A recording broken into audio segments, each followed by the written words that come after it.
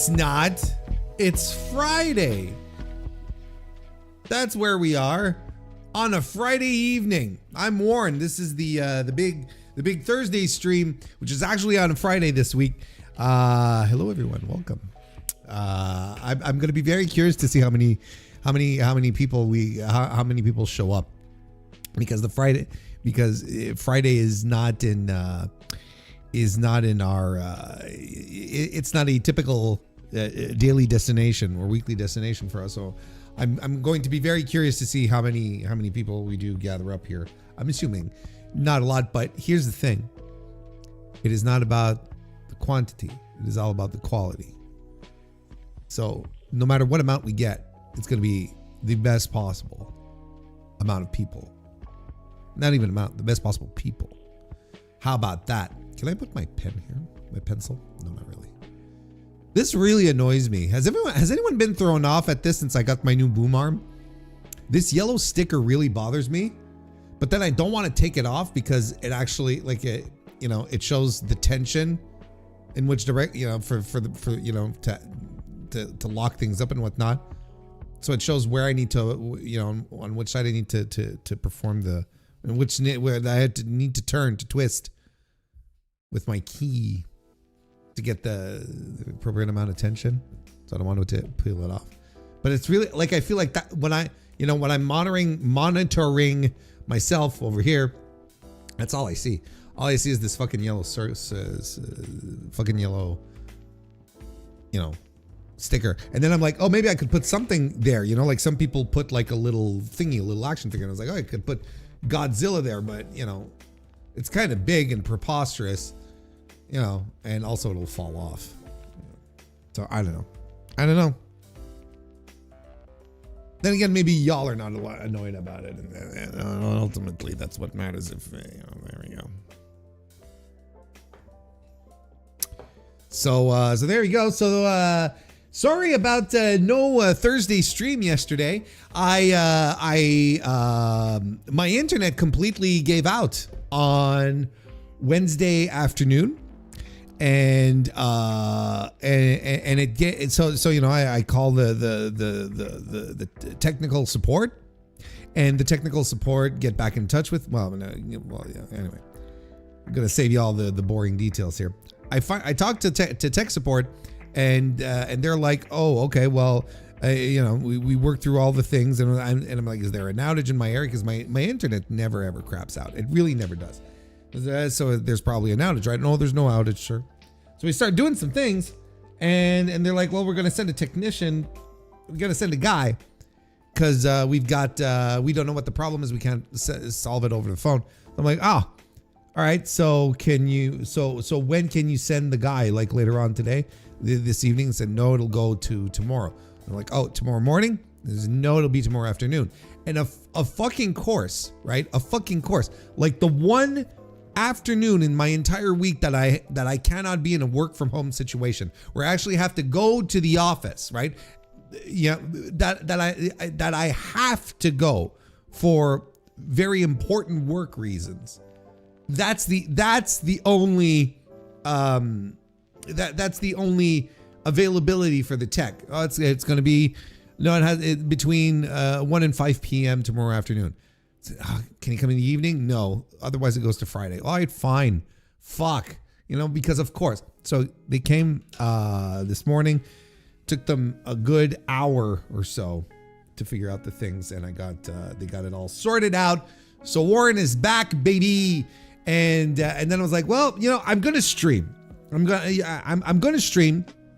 I'm gonna do a little something, because there's a couple of things I'm sort of itching to talk about. So I really didn't want to put this off till next week. And I did wonder. I did wonder nonetheless when I was starting off. I was like, when I planned to do this on Thursday, I'm like, man, you're probably not going to get a lot of people, right? Like, it's probably not going to draw as many people as you usually do on Thursdays, because people are used to the Thursday, and it's Friday, and maybe people have plans on Thursdays, right? Maybe they're going to the movies to see a film right? Maybe people are finally going to go see one battle after another. I don't think it's not in theaters anymore. Or is it? Or some, because sometimes after the Oscars they'll re-release a movie that didn't perform well, like one battle after the other that didn't do well at the box office. But I don't give a shit. I love the movie. I thought it was great. I think it's one of the great American films. I think it's one of the best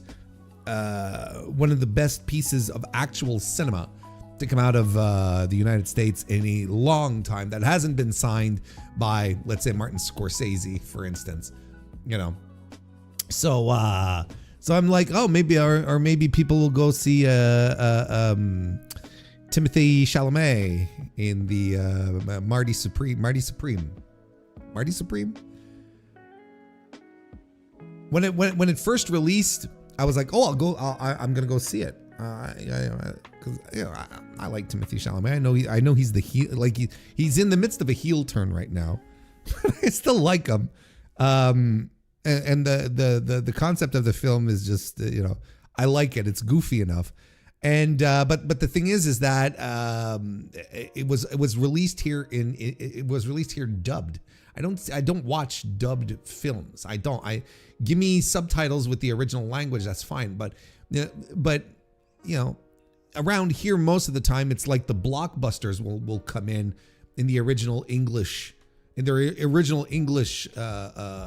language, right?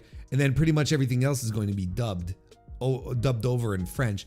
And I think that's preposterous. And I hate it. And, just give me subtitles. It's like when I watch something, from Korea or from Japan. It's like, I'll just put the fucking subtitles on. I don't give a shit. If I could have went to see Marty Supreme and there was that option, for people who absolutely didn't want to listen to it in English, then I would have lived with it, right? But no, apparently not. So I haven't seen Marty Supreme yet. I've seen a lot of I ended up, when I saw because I really don't pay much attention to the Oscars, like from a very, very far away. And it turned out this year, I saw a lot of the films that were nominated for Best Movie at the Oscars this year. I saw quite a bit of them. And I was pretty happy with myself. And I feel like I saw them all by accident, or that there were movies that I was like, that I wasn't going to expect them to be in consideration, like Sinners, for instance. Sinners is a great film, but I think it's tremendous. I got to tell you all, and we'll get into the wrestling stuff here. We'll get into it sooner than later. But what a win for genre films this year, right? Picking up all sorts of main categories, not just like sound design and costumes and all of the low level Oscars, right? Picking up some of the big ones. I'm like, holy shit, okay, that's that's really interesting. And like, who would have thought, like even 10 years ago, that horror movies would be like considered to be would be in a position where they would be considered like actual, real films, I guess, what, that's the only way to put it. But then, like, I also saw that in literature as well, as some of you may know that I'm an English lit major, and we saw the same thing with literature, where for the longest time, if you wrote about science fiction or, that specifically science fiction, but thrillers and horror books, they weren't considered to be like overall to be important works of art. But then you have like but then you have novels that are genre, that do fall into that category, which are considered to be literary significance, right? Like The Naked Lunch by William Burroughs, right? So, I felt like I've had this discussion before, but in regards to books, and now it's like, now it's with film now. And I think it's cool. I think it's fine. I think we all, you know, what's the word I'm looking for? Preconceptions. Sometimes, oftentimes, need to be challenged, and sometimes it's for good reasons. So there you go. That's all back. So I'm glad here doing the Thursday stream on a Friday, and I'm happy to be here. And I'm glad that it turns out that I was wrong. There's a bunch of people showing up, and I was like, oh, we'll probably do this in front of 1 or 2 people, but it's okay. It's okay. I still love myself. Now look, there's a bunch of people showing up, and I appreciate it. Tremendous. Thank you very much, everyone, for being here. Carlos, nice to see you. Friday with Warren, Friday with Carlos. How you doing? DJ Convoy, well, nice to see you, brother. Member of the Mr. Warren Hayes Show channel on top of that. You know, if you want to become a member, hit that join button right there. And you get 2 pecks on the cheek. Didn't realize CMLL isn't until fucking 7:30 p.m. Look, I didn't want to say anything when you posted on Blue Sky because I didn't want to sound desperate. But I know, like, and it's here. If you're 7:30. If you're watching, you'll be watching, I'm assuming the YouTube stream. The show won't start for another 20 minutes after that. The stream starts at 7:30, but then they do a recap. Like the doors open at 7:30 at the arena, and then people start filing in. And then they start the stream with a recap of what happened over the past, like last week on Friday, and then sometimes some of the secondary shows over in Arena Coliseo and whatnot, and the Tuesday show and so on and so forth. So the show, the CMLL doesn't start really until like 9 Eastern, so 8 Central. Just so you know. We might be stuck with each other for a while still. It's nice to see you, Convoy. Welcome. Maggie O'Kenna, nice to see you. Welcome to the chat. You rushed home from...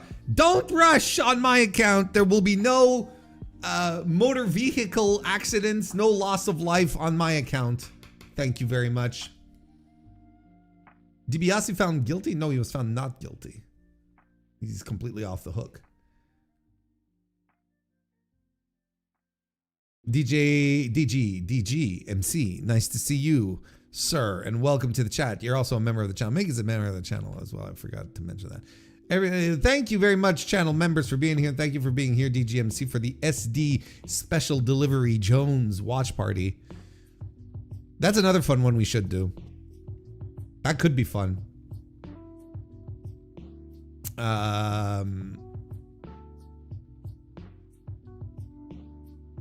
Movie Snobborn PSAs, or you got the wrong guy here. I couldn't watch the Squid Games because the Korean subtitles are epically wrong. I don't even speak that much Korean, but I could tell it was way off. Like the Korean subtitles. So look, I'll have to take your word for it because I can't read Korean for the life of me. Pedro the Fifth, nice to see you. Welcome to the chat. It is nice to see you. D. Owens also is here. Nice to see you as well, member of the channel. Occasionally, I wish I could just peek into alternate universes. The TK buys WWE one would be fascinating to get some glimpses of. We'll be talking about that tonight. Thank you for being here.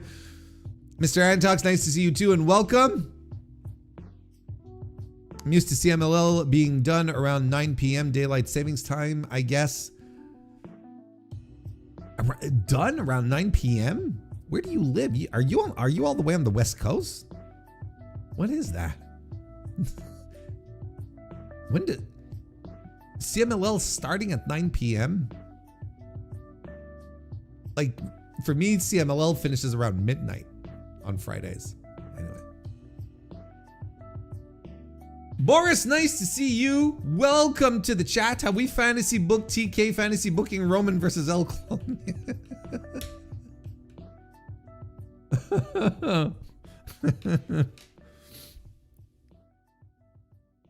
What a time to be alive. Ted DiBiase thoughts? I don't have any. I don't look. You know, I haven't followed the court case all that much. You know, if if everything was done properly and there was no malfeasance shown, good for him. But it, from an outside perspective, it looked like a hell of a scheme. It looked like a tremendous scheme because there was a bunch of people involved. I don't know. I really don't have any thoughts on old Ted DiBiase Jr. getting off the hook. Big Man Dogs, nice to see you. Welcome to the chat. I remember when I thought Ted DiBiase Jr. would be a bigger star than Cody. We gotta sharpen those instincts here, there, big man. Anyway, welcome. It's nice to have you. Nice to have everyone here on this lovely Friday. It is such a lovely Friday. Isn't this the first day of spring? When's the first day of spring? It's probably the first day of spring, right? Isn't it the first day of spring? Because the Steam sale, the Steam Spring sale is the Steam Spring sale has started. The Steam Spring sale has begun. So probably, right? But it's such a lovely time. It's a lovely, lovely period of year. Why don't you leave a like on this video just to show how excited you are for the spring equinox kicking in here, or at least coming down the pike. That would be very much appreciated. And it is a lovely time to also talk about the AEW Dynamite review, which has been out since yesterday. That I was able to do, despite my internet being down, thanks to the magic of using your cell phone as a hotspot. That's something I was able to record and get out there. So that's also available for you to watch later on. It's still available there. We talk about how, quite unfortunately, the streak of great Dynamites has unfortunately hit the dirt. Quite sadly, it's a shame, but I'm sure we'll get back on some kind of. I hope we'll get back on the horse. I wasn't as much angry as I was. It's like complacent. It's like, okay, well, what are you gonna do about it? Let's see if this becomes a trend. Then we'll get a little more upset. That's pretty much it, right? That's the extent of what I have lined up. I might record something for the big CMLL show that is happening tonight, that DJ Convoy has pledged to watch this evening. I'm because it's the big tribute to two legends, what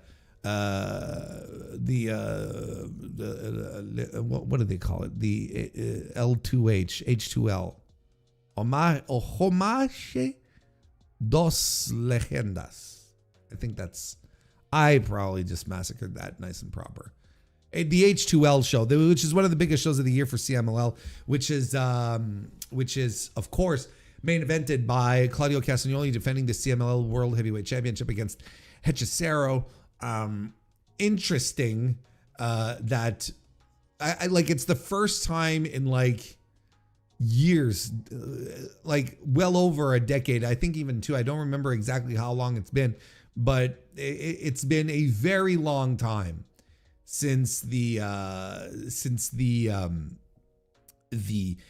CMLL World Title has headlined an H2L show. It's been quite interesting. And another thing that I found quite interesting is that the show tonight is the two last matches, the two big final matches of the Arena Mexico show, the H2L show tonight, are the last two matches are mostly made up of AEW contracted talent. The main event, Hechicero and Claudio Castagnoli, and then you have the Death Riders versus Sky Team, and the Death Riders, of course, are all signed to AEW. In Sky Team, Mystico, brand new, freshly out of the box, new signee, dual contract signing, of course. Same with Mascara Dorada. The only guy who is left out in the cold here is Neon.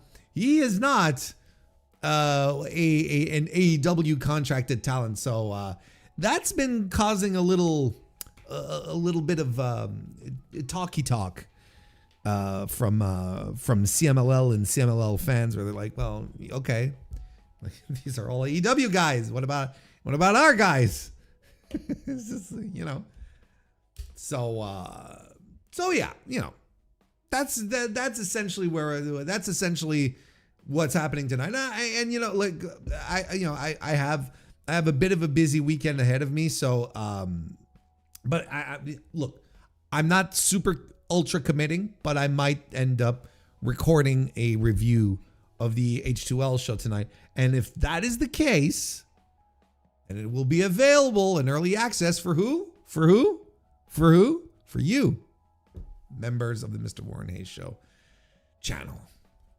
So if you want to get in on the early access, become a member. Hit the join button, become a member, show some support, get some free early access to stuff, free early access as opposed to paid early access. There you go. All right, enough's enough.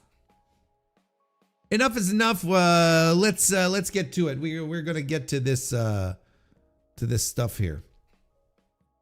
We're gonna get to the nitty gritty, to the reason of the season, and that is, of course, to be enchanted and enthralled by Jacques Moliere.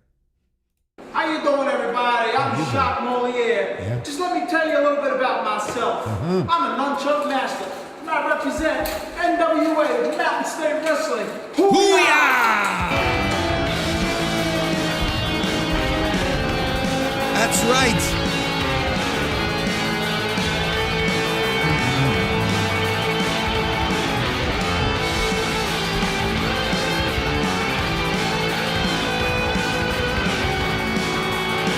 Moliere, big Hamlet guy, big Jesse Buckley guy. Big snuff for the Hamlet. Let's be real. Terrible name for a movie.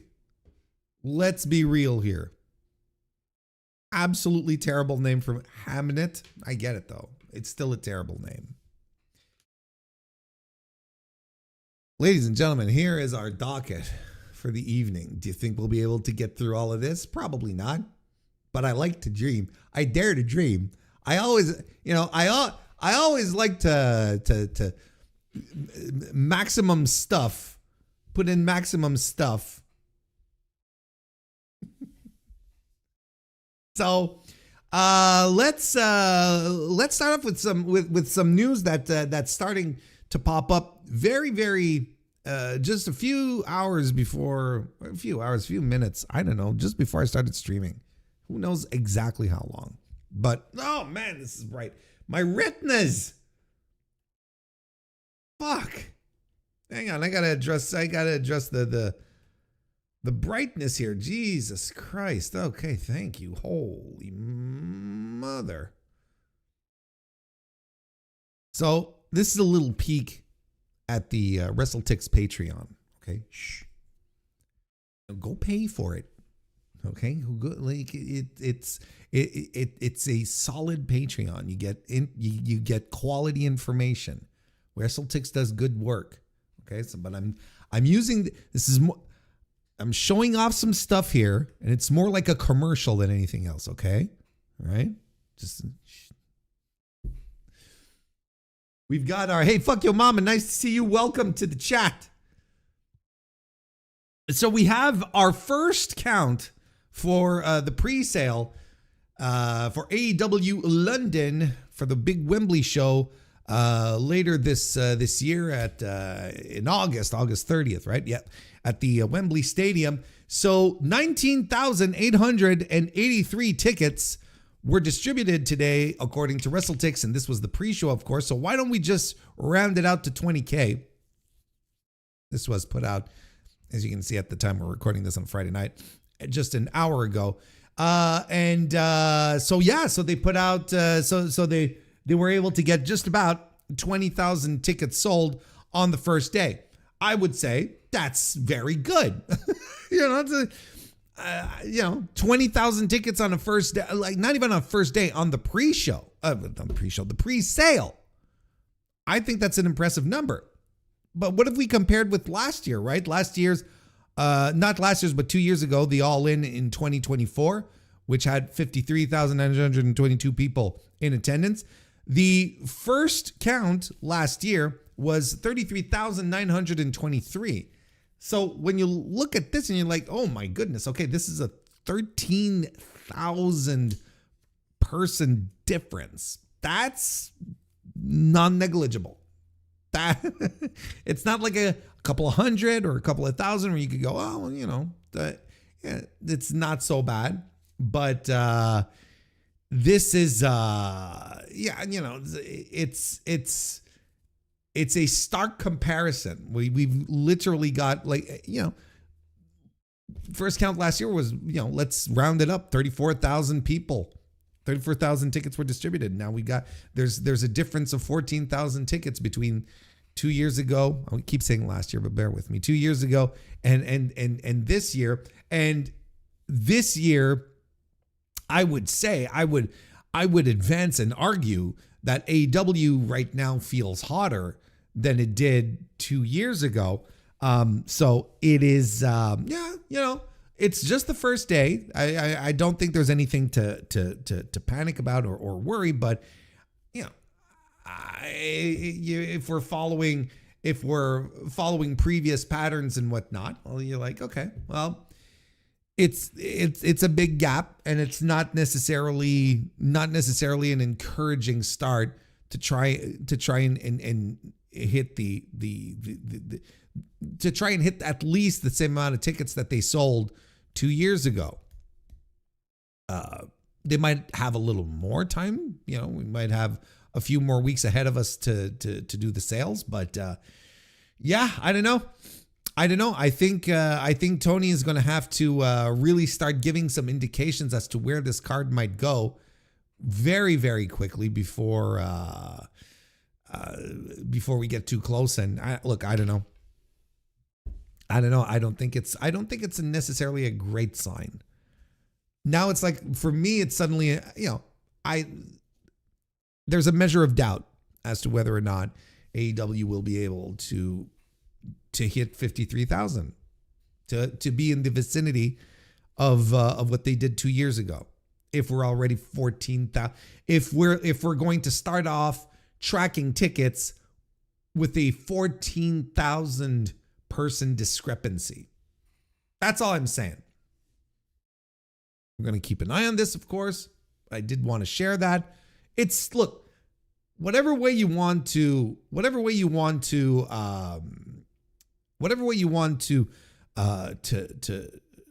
cut it, it's still 20,000 tickets that they sold for the pre-sale, and it's an impressive number nonetheless. Now we're just comparing to past performance, right?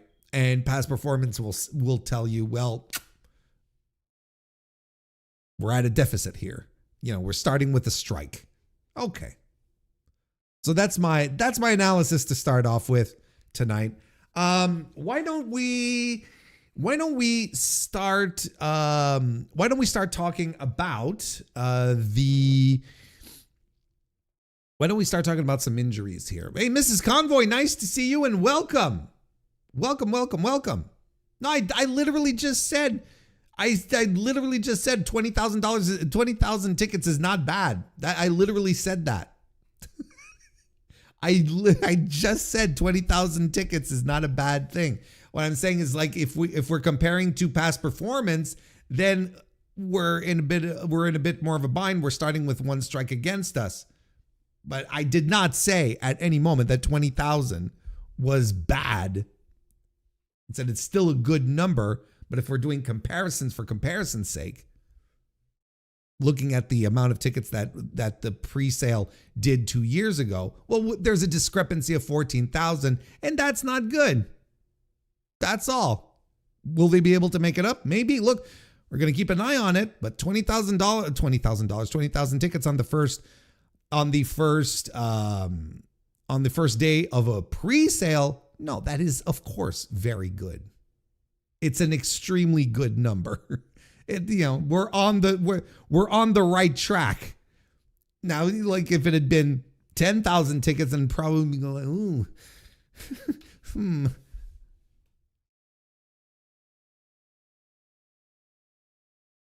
No number of ticket sales matter until Raj is at the gate with this clicker.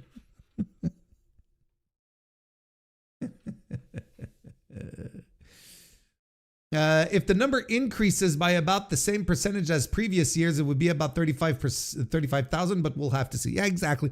We'll see. We'll see how this goes moving forward.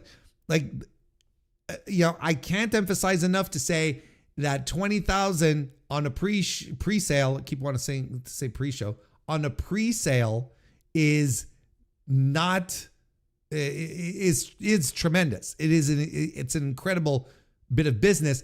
But if we're comparing to the same thing that they did 2 years ago, we're starting off at a deficit. We're way under what had been sold on the pre-sale last year, 2 years ago. I concept of time, man.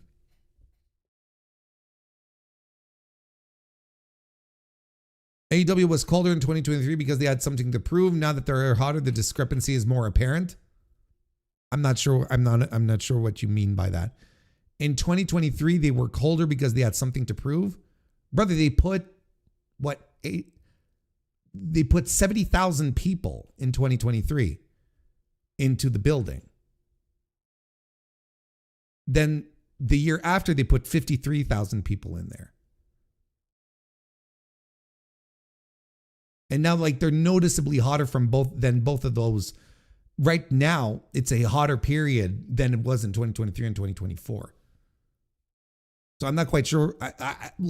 I don't understand the point you're trying to make, essentially. Because if they were indeed colder in 2023, which would have been because let's not forget, this was the peak of the brochacho stuff, and they put over 70,000 people. How much was it? How much was it? All in Wembley attendance 2023. Yeah, 72,265 was the turnstile. Was the turnstile count, of course. Like we said, Raj Giri was there going click, everyone going in. That was the amount of people, 72,000 in 2023.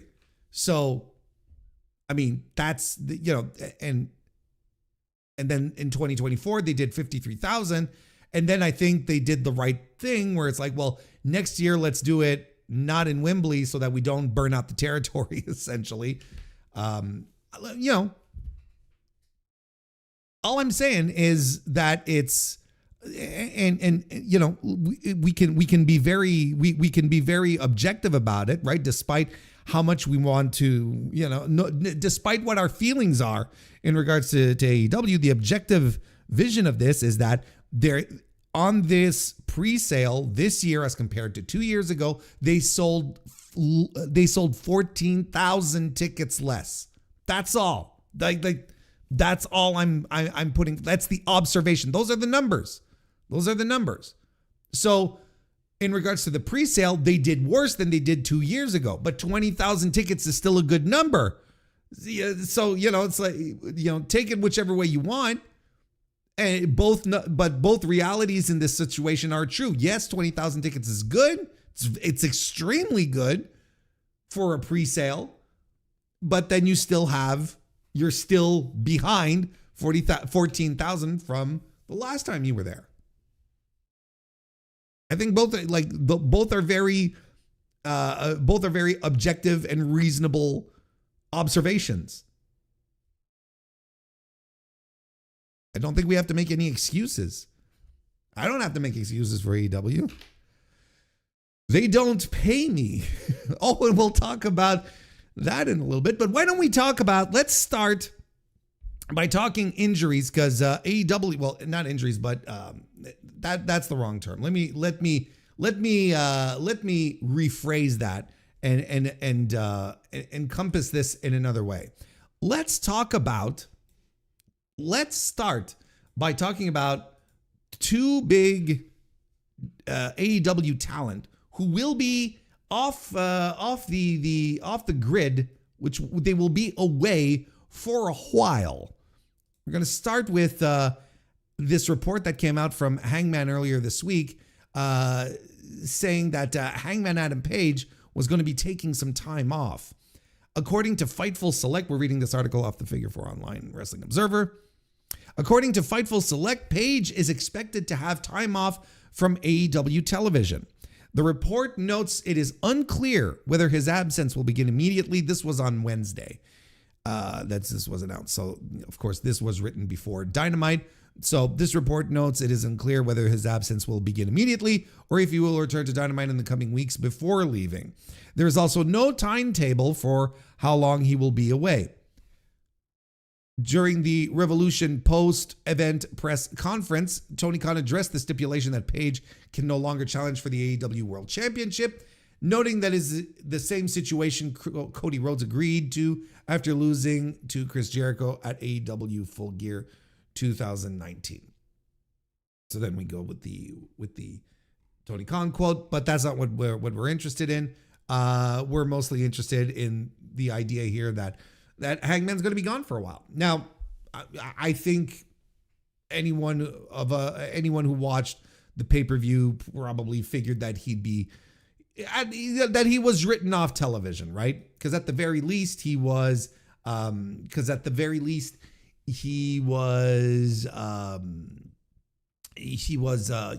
the stretcher job. He was completely knocked out. So after the beating that he took, it only made sense for him to go and sell the beating, right? So I don't think I wasn't necessarily expecting him to show up and wrestle. Kind of like I said on the review this week, I would have maybe liked to see him have him show up and, give a very bittersweet, sad type of, not bittersweet, just flat out kind of sad promo where it's like, I got to go think about stuff. I got to see what my next move is. And I have to heal. And guys, I'm very sad because that's what I am. I'm a very sad cowboy. And I think that would have been a nice little send off. I understand that they kept him off TV. Don't get me wrong. But especially since we don't know when he's going to return, I figured, maybe just like addressing the crowd, the fans, and then leaving. I think that maybe would have been the way to go. But he's got his time off. Is it just time that he requested? Is he going to be nursing injuries? Is he just going to go? Yeah, I don't know. Spend time with his family. Who knows at this point?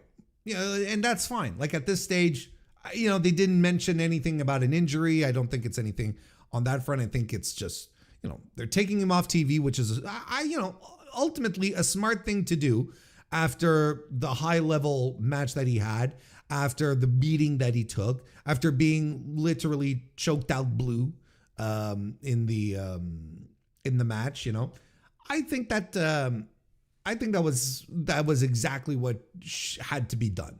I think that's exactly what had to be done. But now it's like, he's not going to be around, and it's okay because he's not in the main event picture anymore. You see how that goes? So, look, I mean, the anticipation now begins. When is Hangman going to return? Is he going to return in time for All In? Is he going to be, et cetera, et cetera? Of course, per usual, we'll keep an eye on all the happenings here. But if whatever reason they needed to give him the time off, even if it's just like storyline related, it makes a lot of sense. So we just don't know how long he's going to be away, but he is getting some time off, and yeah, I mean, I find myself very much okay with this approach. I think it's fine. I think it's very, very fine. And then the bigger surprise, I think the surprise that The one that took everyone by surprise was Toni Storm taking some time off, right? That she's going to be out of action. Here's the, let's read the report again from the, off of the Figure 4 Online Wrestling Observer. Former AEW Women's World Champion Toni Storm will be out of action for a long time due to an undisclosed injury or injuries. That news comes from our Brian Alvarez. When I say our, the Observer Figure 4, who added that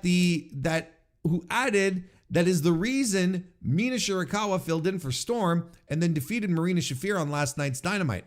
Storm last wrestled at this past Sunday's Revolution, defeating Shafir in a hard-hitting match that was followed by Ronda Rousey making a surprise appearance to confront Storm. Storm was then hit by Shafir as Storm and Rousey were being separated.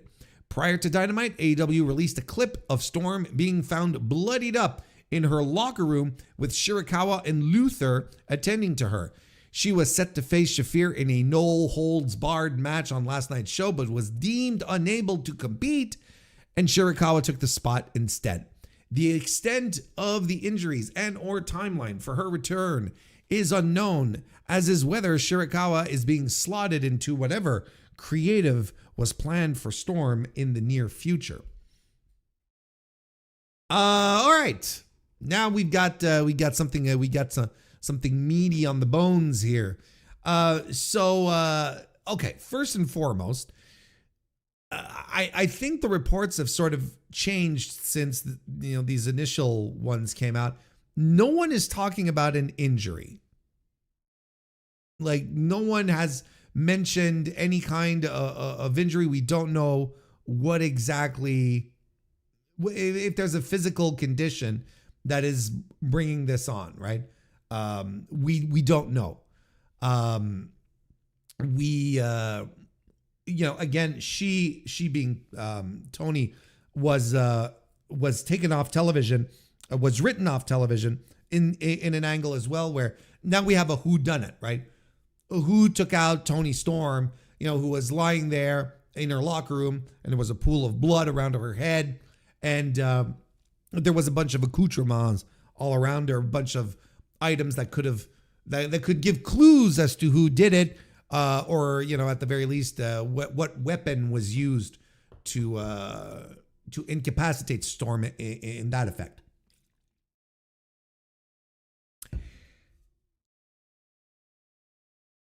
This kind of, okay, so you really have the impression that this took everyone by surprise, that this one just landed out of nowhere and everyone was shocked by what they saw, by what they, let me say that again. It took everyone by surprise. Everyone was kind of, because right out of the pay-per-view, they had set up Toni versus Marina for Wednesday. Like, that was set up, if I'm not mistaken, it was set up during the pay-per-view. Like, later on in the evening, after the Ronda Rousey angle, they were like, oh yeah, we're doing Marina Shafir versus Toni Storm in a no-holds-barred match. And I had even speculated, I had even said, well, this is a reason to put Ronda Rousey back on the show, right? To bring her in and to put her on the show. That's essentially, what this is, in my opinion, I was like, oh, this is probably what they want to do. And it was kept like that right up until the same day. Like, I don't even recall AEW putting out a graphic switching it around, right? I think they kept the news right up to Showtime, right? So I'm very curious as to what news befell, what happened that Toni Storm suddenly had to, felt like it needed to hit the ejector button. It was like, nope, get me out of this now type of thing, right? Look, there's speculation going around, right? And people are even saying, oh, well, look, the latest reports are saying that she's going to miss out the rest of 2026 easily, right? And a lot of people putting 2 and 2 together and like, oh wait, there's 9 months left in the year. wonder what can happen within 9 months. I've heard the speculation and the rumors that she might be pregnant, which I guess would explain things to a degree. Probably like just literally found out like the day after the pay-per-view or something, or on Wednesday, or probably like on Wednesday, gives Tony a call and says, Tony, I am with child, or whatever. I don't know. I mean, it's pure speculation, right? We honestly don't know, but it's curious that there's no injury information that's being tossed around. Nothing, not even in the little whisper corners that I hear, where sometimes it's like, oh, well, sometimes you hear things and you're like, oh, okay, that sounds reasonable, but it's not being reported. So I'm not saying anything about it. Right. I'm just like, oh, but nothing, there's no one's talking about whether she has, an ACL or, a tear or a sprain or something broken. There's nothing. And I would assume that, I would assume that if she is indeed expecting, that everyone would shut the fuck up, that everyone would just like be quiet about it until it is time for the big reveal, until the little Storm Robinson child joins us mere mortals. Right up until that time, it is wise to be quiet about it because, look, pregnancies can go multiple ways. You never know what can happen. So, you announce it a little too, like it's happened in my environment once where I had a friend, a couple who had announced like to a bunch of us at a party that, we're expecting our first child, and everyone was super happy. How long into it are you? Says, oh, just a couple of weeks. Like, ooh, you shouldn't say anything. You should have kept that to yourself because, and no one was out like telling them that because you want to celebrate with them. You don't want to be the downer, so you don't come out and say, oh, you shouldn't have said that because most miscarriages happen within the first trimester. You don't want to say that kind of shit.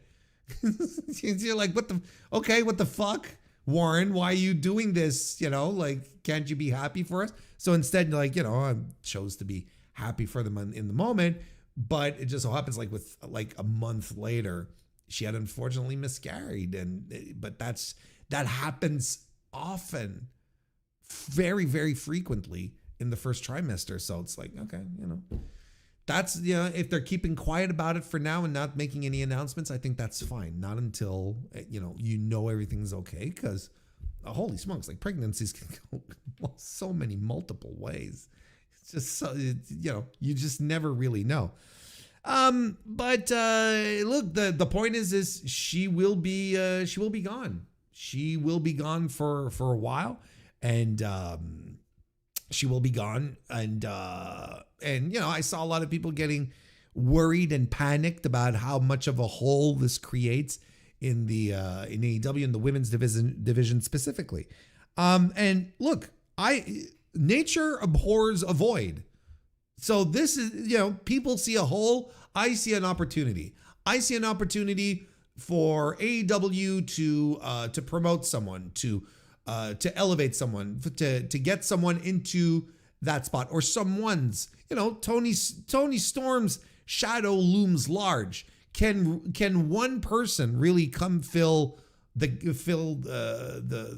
gap of her absence, and you're like, oh well, this is fine. Maybe you need two people. Maybe you need a couple of people there to come and replace Tony in her absence. Play substitute to that, maybe more than replace.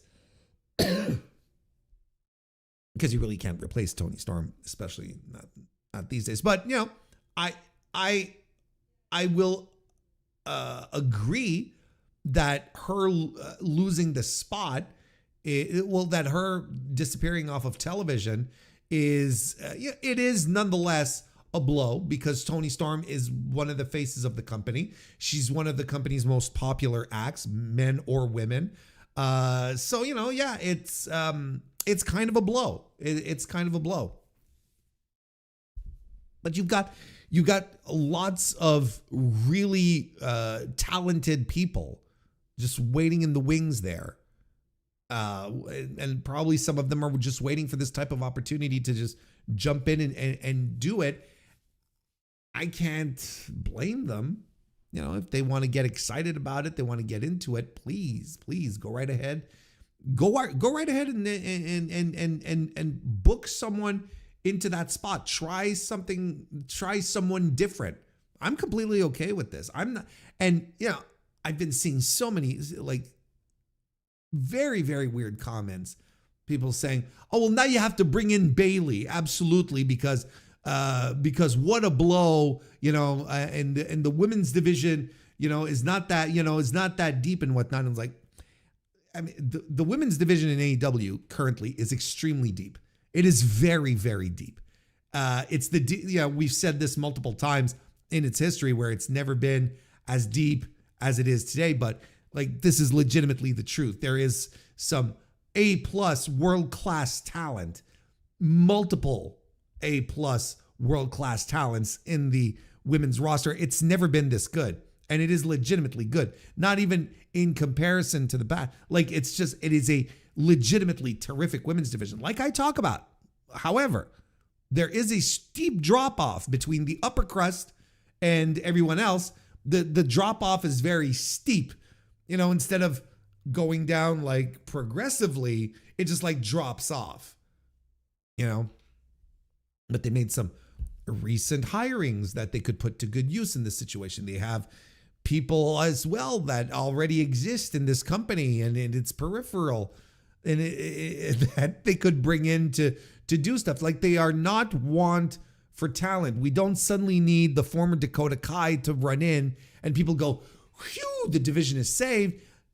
That's an incredibly short-sighted thing to say in regards to the actual state of the women's division right now, especially when you consider someone like Tekla being the world champion. I think everything is in really, really good hands. I think Tekla's star this is its perfect opportunity to continue to rise and rise even faster. I think this is the perfect opportunity to really do something big with Willow Nightingale. Something significant. Drop the tag team titles, hopefully drop the tag team situation for a while so she can focus on being the TBS champion. Maybe she drops that and graduates to the next level. Mercedes Moné is on the way back, right? You're going to have Queen Aminata eventually, who's going to come back. You kind of grit your teeth a little bit and you go, had we known about this, would we have put Jamie Hayter in a tag team? Kind of thing. And then there's Queen Aminata, who's going to return at some point. It's we're not want for talented wrestlers in AEW's women's division. We really aren't. It's an opportunity opening up. I don't think anyone should be worried. I think, I would assume that most people who are translating the departure of Toni Storm for a while, those who are translating this into, a detrimental event to the women's division are trying to cope with their own feelings and having a hard time just being honest with each other, or being honest, period, and saying, well, I'm really disappointed that Toni is leaving, but the division is going to be fine. Instead they're saying Toni Storm is leaving and the division is in the pits. It's all right. So we'll see how all this comes together. But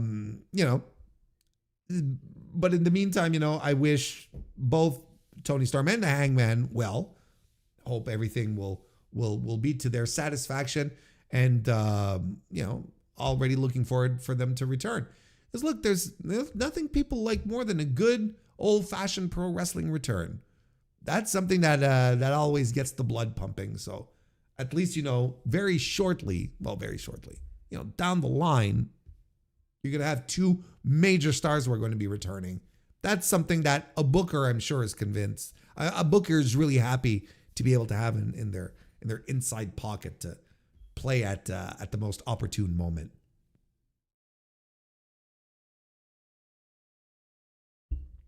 Kristen Ashley, nice to see you, darling. Welcome to the chat. Also member of the channel, and happy Friday to you. Megan Rosenfeld, nice to see you too. Welcome to the chat, member of the channel as well. Very, very nice to see you. Note to everyone, don't share joyous news with Warren. Yeah. Fuck your happiness. I'll throw a glass of cold water on that. I'll cold shower that shit. You think you're happy? You just wait. Elevate Athena and Willow. And Mitt. Who's Mitt? Anyway. I look, tons of people went directly to the Athena well, right? Say, time to elevator. Look, guys, gals, non-binary pals, I'm still sticking to the same situation here. Every time that Athena has shown up on AEW television, she has always lost. Like since starting the Ring of Honor run, right? She's been losing. She loses. She's the pin eater when she's teaming with Mercedes, so on and so forth. She loses.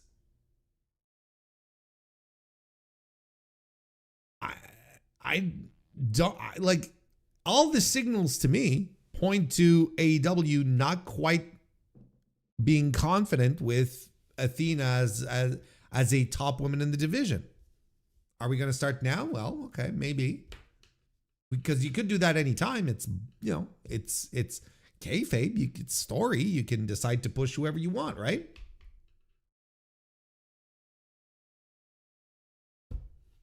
We'll see. Plus, we get the Monet train coming back, and the real number one women's star, Tekla. Exactly.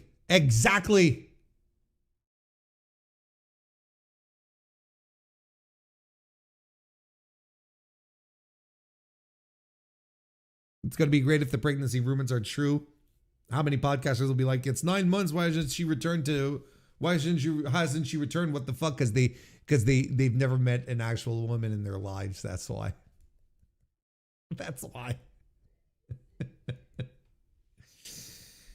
All right.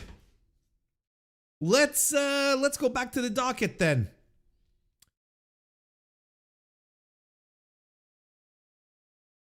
I want to talk about a press release. That's right. We're doing press releases. Exciting stuff again. It was released. The press was released by WWE, announcing a new partnership with sports business news media outlet Front Office Sports. Got the release here. Here we go. WWE and Front Office Sports announced content partnership. WWE and Front Office Sports will collaborate to develop business-focused content around key WWE moments and tentpole events, including WrestleMania. WWE, the global leader in sports and entertainment, and Front Office Sports, the leading multi-platform media and news organization covering the business of sports, announced today, being March 17, a new content partnership that will bring audiences closer to key WWE moments and tentpole events through access-driven behind-the-scenes content. Front Office Sports is known for its innovative approach to storytelling, and we look forward to partnering to produce new and dynamic content that underscores the evolving business of WWE, said Alex Varga, co-head of revenue WWE. During this dynamic content partnership, WWE and FOS will collaborate on the creative development and execution of storytelling projects surrounding marquee premium live events, including WrestleMania and international growth. FOS will showcase the behind the scenes of WWE tentpole events. Oh my God. The repetition here. Anyway, FOS will showcase the behind the scenes of WWE tentpole events across its website and social channels, beginning with WrestleMania 42 at Allegiant Stadium in Las Vegas on Saturday, April 18 and Sunday, April 19. Front Office Sports is the leader in the coverage of the business of sports, and we're excited to collaborate with the WWE, said Adam White, CEO of Front Office Sports. The sports media landscape is increasingly driven by off-the-field happenings, and this partnership will bring fans closer than ever to their favorite athletes, entertainers, and moments in a unique way. WWE joins the National Football League and the National Women's Soccer League as the most recent sports entities to strike a unique content partnership with FOS. All right. Now, if you were sitting there going, Warren, why are they saying tentpole all the time? Why do they keep talking about, key content around, moments and so on and so on? Because this was written by AI. It's fine, folks. Like, run this press release into an AI detector, and they'll all come up and say, yes, this was written by artificial intelligence. And are we surprised that WWE is doing that? Of course not. So don't worry about it. That being said, just to be sure we're clear here, most AI detectors are bullshit. They're not very good. So that's why it's like you don't just drop it in one and say, okay, it's good. You try to do a couple, and they're not all built the same way. Let's put it that way. Anyway.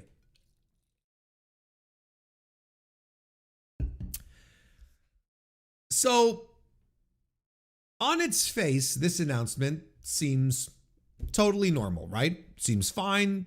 Sports business coverage, nothing else to see here, right? Seems completely fine. But we got to slow down if that's what we're feeling right now. We got to take a moment to think about this like intelligent human beings. Partnerships, because this is what was announced, right? Content partnership. It's in the title. Partnerships don't happen between two companies, just because they like each other. Okay. Something is moving in both directions. Both of these guys are benefiting from something. Like, that's the thing. There is a mutual exchange here of each other's expertise or what they bring to the table, so that they can both benefit from it in some certain way. Okay. Now I know the first thing we're all thinking about, money. Maybe it's money. Maybe WWE is just shelling out a big amount of cash to FOS, to Front Office Sports. But we don't know that. It wasn't said there. We don't know. It could be money. We don't know. Could be access. They could just be offering access. In fact, that's probably what it is, right? Because what do they say in the press release? They say, oops, shut that down accidentally. They say FOS will showcase the behind the scenes of WWE tentpole events across the website, right? Behind the scenes. So that's access to behind the scenes. Could be exclusives, could be a combination of all of those. Could be preferred sourcing. We don't know the terms. Like, we don't know the exact terms, right? If it was money, it would be, blatantly.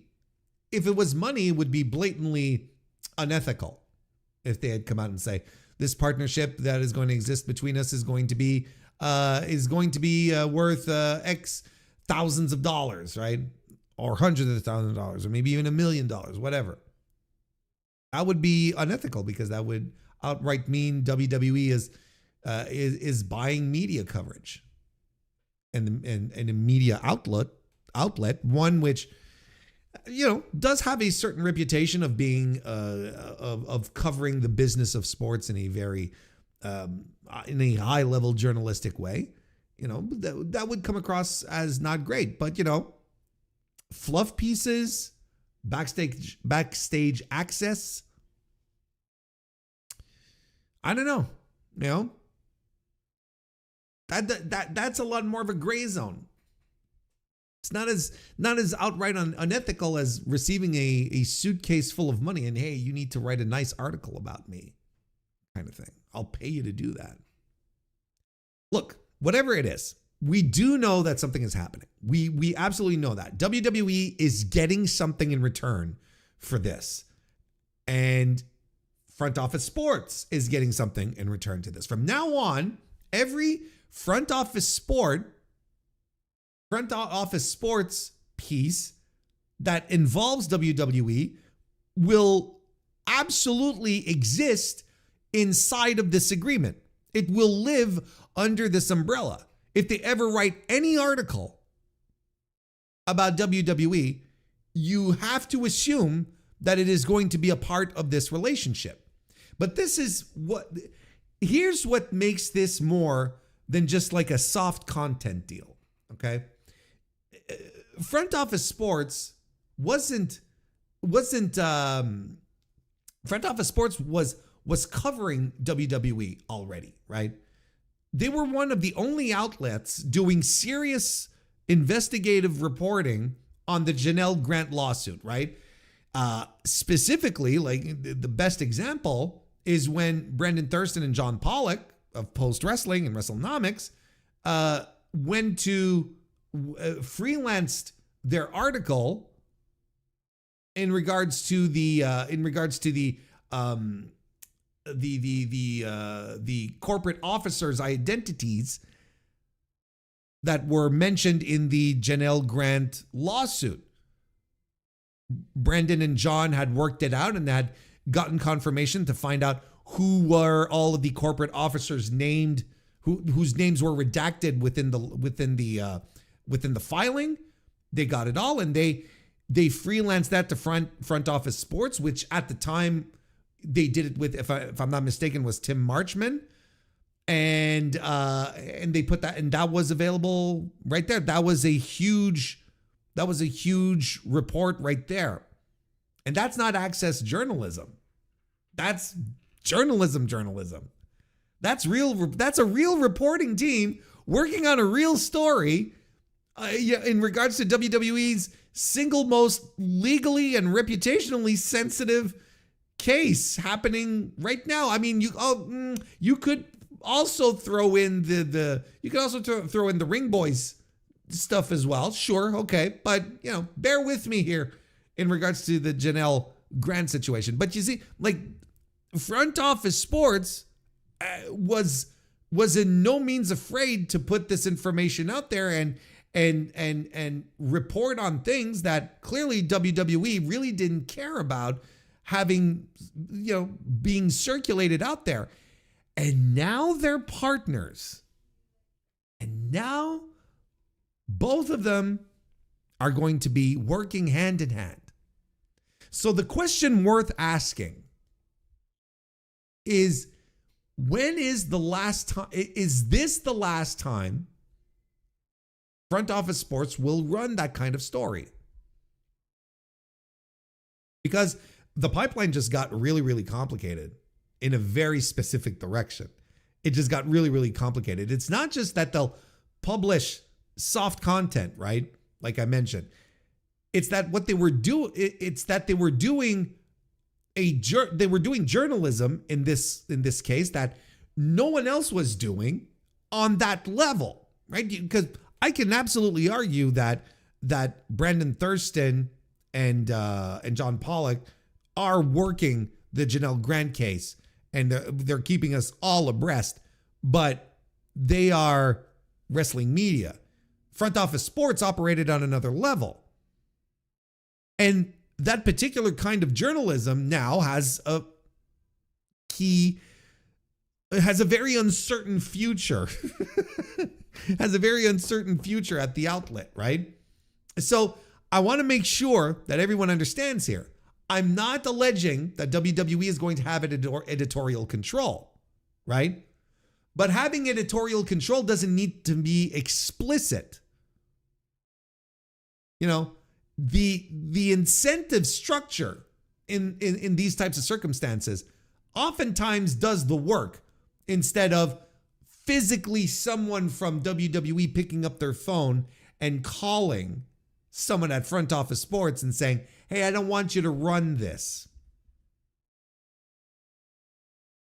And in this case, because the incentive, of course, being the money, or no, excuse me, the incentive, of course, being, you know, the access, the exclusive content that Front Office Sports can create, right?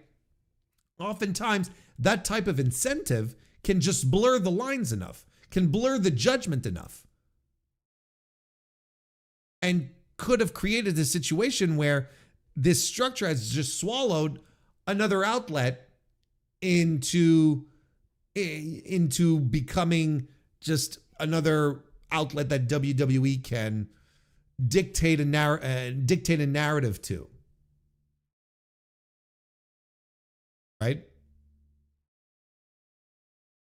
And we know this is where it could go because we do have a proof of concept of this. We just talked about it last week, you know, with the ESPN grading stuff, right? If you weren't around last week and you need the quick primer, well, there were reports last week that were coming out that WWE, in fact, reached out to ESPN to request that they stop giving letter grades to their pay-per-views moving forward on their reviews. This was something that had happened, that Andreas Hale had done for WrestlePalooza, famously giving it a C grade that turned, you know, that turned the world upside down for some people. I gave a B for the Saudi show that followed, and then they were done after that. There were rumblings that was probably the case, but now the reports seem very confident in saying that yes, WWE did step in and asked ESPN to stop doing this. So, and this is despite WWE leading into their deal with ESPN when they were asked whether or not ESPN would maintain full editorial independence in this circumstance, despite the close partnership. They said on a media call, yes, an emphatic yes, right? And then when WWE complained about the C grade on the show, which, by the way, don't forget, everyone agreed that it was a C caliber show and, you know, kind of average, maybe even mediocre, you know, after that WWE came out to complain about that, came out to complain about it, went to ESPN to complain about it, then they were gone. They were suddenly gone. The grades didn't disappear from the UFC coverage, just WWE. And in the meantime, since then, well, no WWE talent has appeared on any ESPN digital content, which is strange because it was usually a very easy outlet to get on, to have their superstars give little interviews and stuff like that. You know, they hadn't been on there in months. Just draw your own conclusions at this point.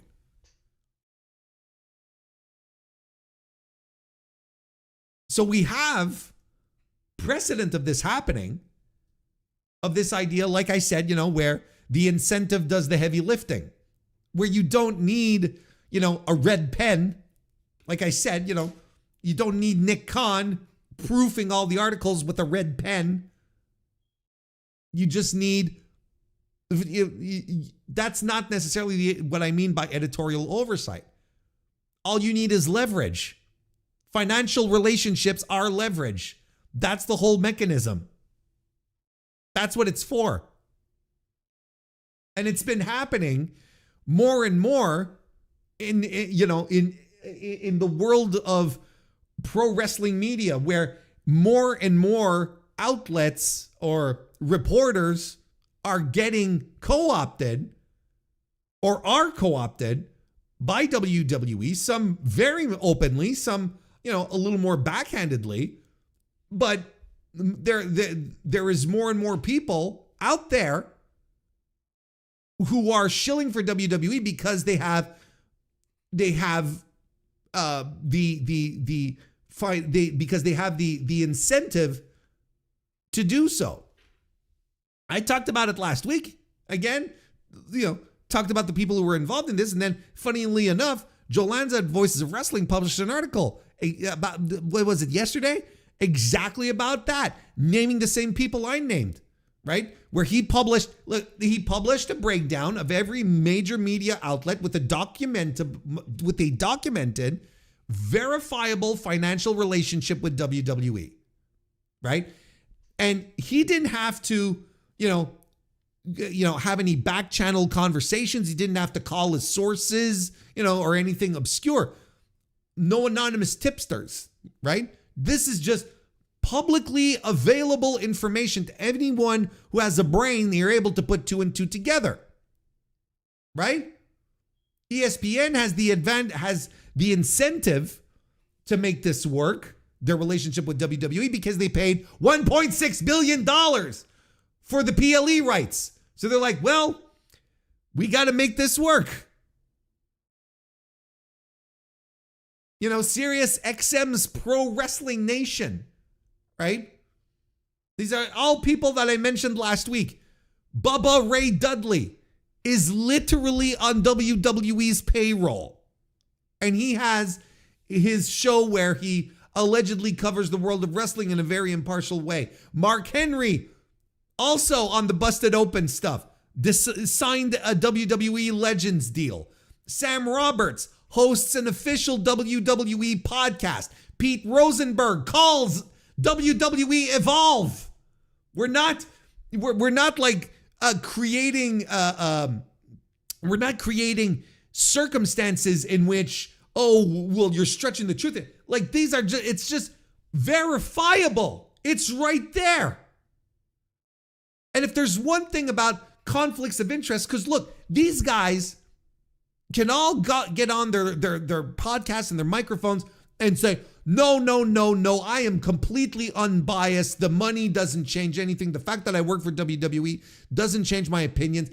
Look, maybe that's true. Maybe that's true. You would have to be like the most ethical motherfucker on the planet. And in fact, if you were, hang on, let me redact that. If you were the most ethical motherfucker on the planet, you would not be taking the money in the first place. But let's say you were able to compartmentalize everything so well that you were able to remove yourself from the money that you get to be able to really say what you think about WWE and whatnot, the person that's paying you. Even if you were able to do that, the appearance of a conflict of interest is often worse than the conflict of interest. And anyone who's ever worked PR will tell you exactly that. The appearance of the conflict of interest is usually what's worse. That wasn't all. Joe added more stuff here. He even talked about the Ringer. They had a multi-year deal for content, not unlike FOS, right? That started in 2021, right? Spotify right now is the owner of the Ringer. The Ringer is one of the biggest podcast networks on planet Earth. And they did years upon years upon years of WWE-centric programming, extremely light on the criticism. Now, maybe they don't have that partnership with the Ringer anymore. Maybe that's done. I don't know. We haven't found anything to say, it's been up. Maybe that's why they signed with FOS, because, they couldn't come to, maybe the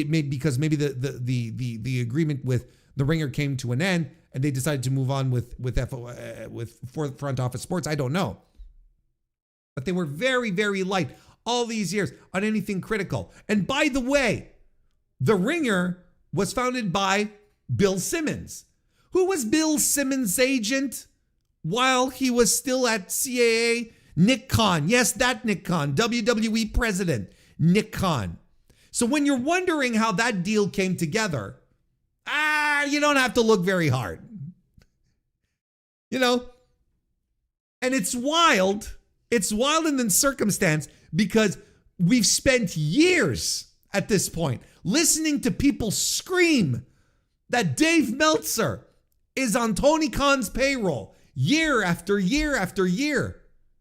Meanwhile, the receipts for WWE's actual media relationships are sitting in plain fucking sight and nobody's talking about it.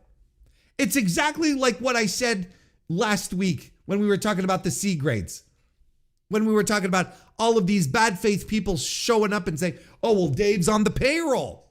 He's on the payroll. It's almost as if these people are projecting because that's how business works now. Because you won't say positive things about something unless someone gives you money for it. It's almost as if they're projecting what's happening to them onto others. Where it's like, well, no one can be saying good things about something unless they're being paid, right? Because that's what's happening to me. Everyone has to be as dishonest and unethical as I am. We just have to stop. We just have to stop pretending. We just have to stop pretending that these outlets, that these individuals in these outlets are anything else than just than anything else than WWE employees, people receiving paychecks and saying nice things about WWE.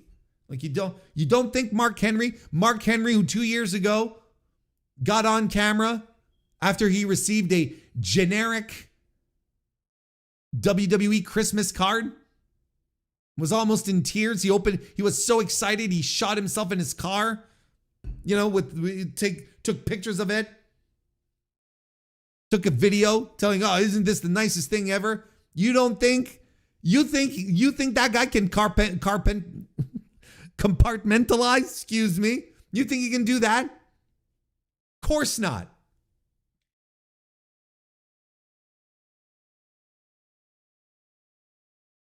And I'll tell you another thing.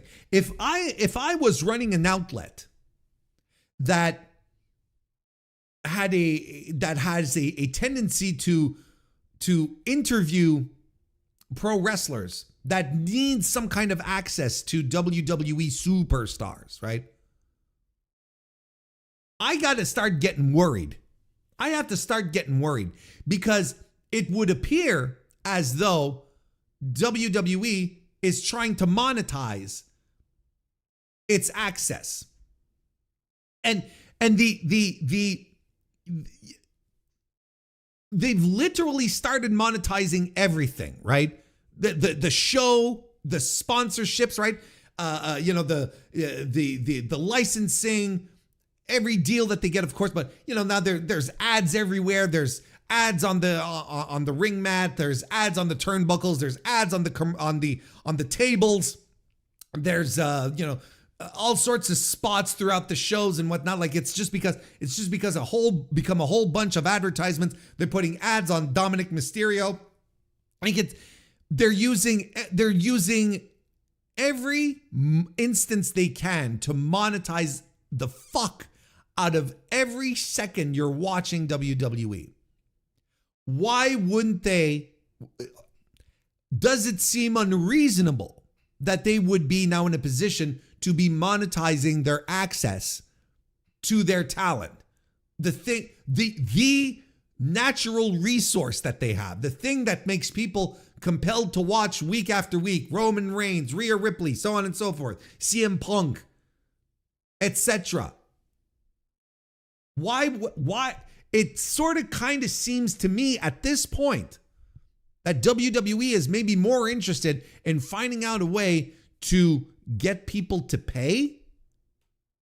When I say people, I mean outlets to pay to be on their good side, to get the access. as opposed to just offering it up, willy-nilly and, making sure that, oh, well, don't say anything shitty about us. Like, it goes beyond that now. Now it's more like, okay, let's get into a partnership. Let's do some real life exchanges here. Let's do some transactionals.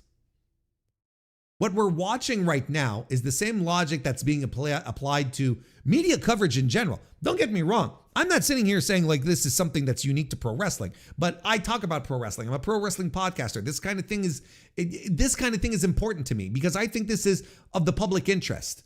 I think fans should be aware of this. I think fans should even be concerned about this. Access now, folks, is a currency. Talent availability is a currency. Exclusives are a currency. You want to sit down with Cody Rhodes? You want media credentials? You want to be in the room? You want to be there's probably a version of that conversation that goes better if you're a partner. And again, look, front office sports might do perfectly fine with WWE reporting, right? Maybe like we're speculating. We haven't seen anything, but my gut tells me that the reporting they're going to do moving forward is going to be extremely softball, and they're probably not going to ring in any news regarding the Janelle Grant lawsuit and whatnot. But the question, here's the thing, is ultimately the question you should always be asking yourself when you read coverage, right, is what is the relationship between this outlet and the people we're covering? And I say reading, but I'm extending this to influencers, to anyone that you see that runs around and conducts interviews with WWE superstars and talent and whatnot, who gets access to events. I'm not saying someone who pays, $17 million to get a seat at WrestleMania and gets their phone and films their reactions instead of enjoying the show, right? That's not what I'm talking about. I'm talking about, someone sitting at the media desk, in the media section. I think, unfortunately, and this is WWE's doing, but you need to start questioning this. You need to start wondering why these people have this exclusive access. What did they need to do to get this? Right? And it does extend to whatever, dopey React streamers out there, on TikTok or whatever the fuck, who film themselves, doing soy faces when Obafemi, challenges Brock Lesnar or, that kind of stuff. You gotta wonder, you have to wonder how any of these people operate when it's obvious that they have some kind of access. And it's not necessarily their fault. And there's a fair chance that they are completely ethical and just, playing the game as they were taught to do it. And there's no partnerships, there's no backroom dealings. They're just doing their thing and writing to the right people and whatnot. But WWE is creating the situation. They are creating an environment of mistrust. And I don't think this is by accident. I don't think this is accidental. I think this is by design.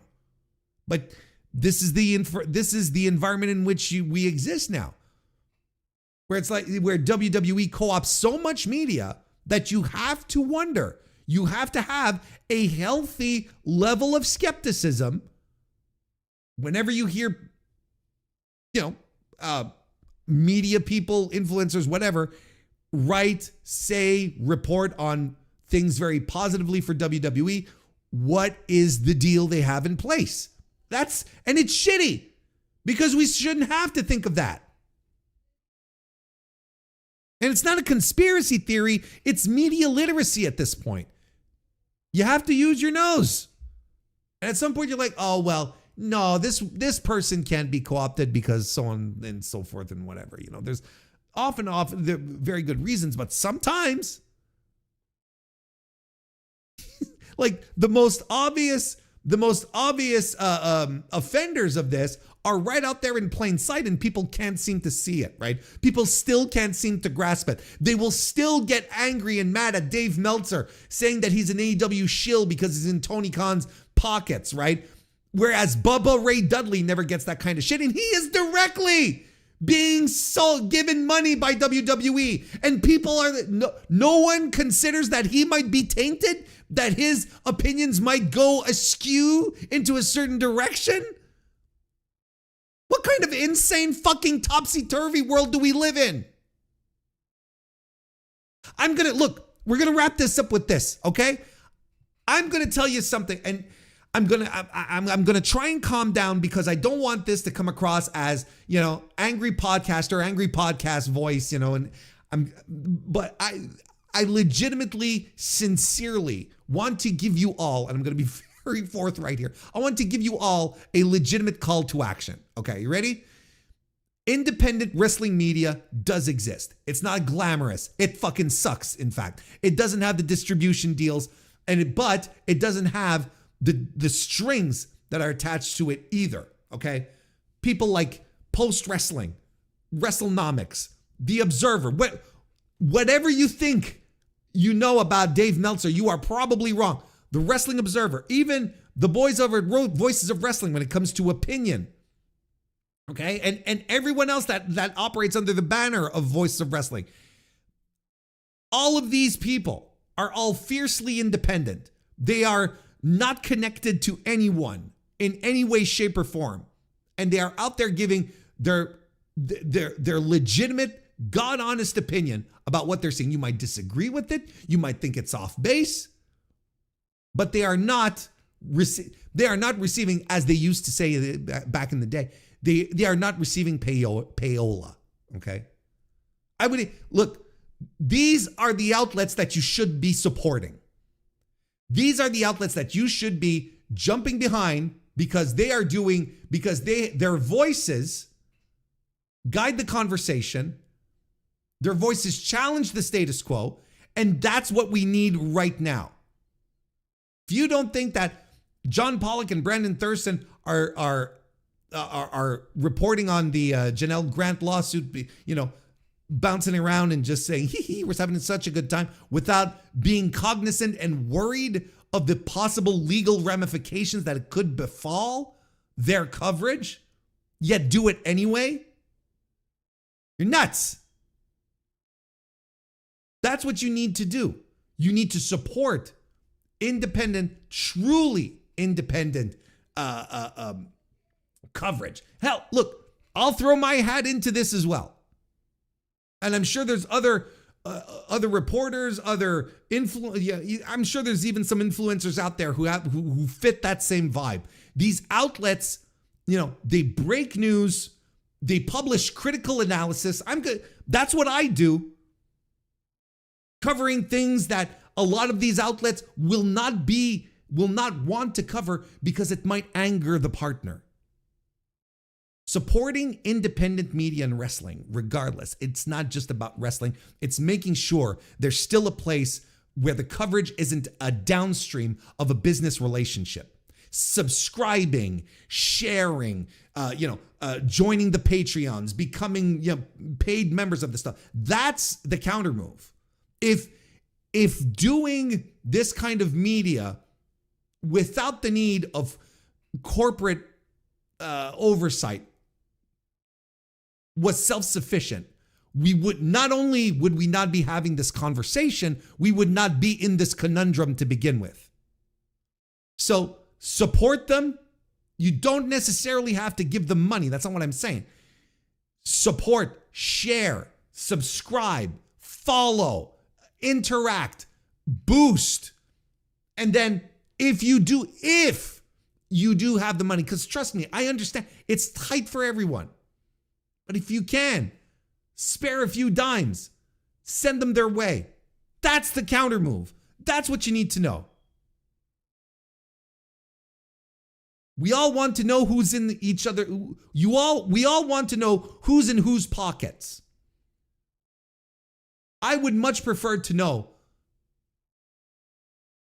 and support and follow on top of that institutions, organizations that can show that they are in, that the only pockets they follow are the pockets of their readership, the people who support them because they do an excellent job, because that's where that's where we need to look, as opposed to the whitewashed the whitewashed downstream opinions. That's what you need to do. That's what I want you to do. That's my call to action to you. Support independent wrestling media. It exists. It is out there. There you go. Let's see what you all had to say.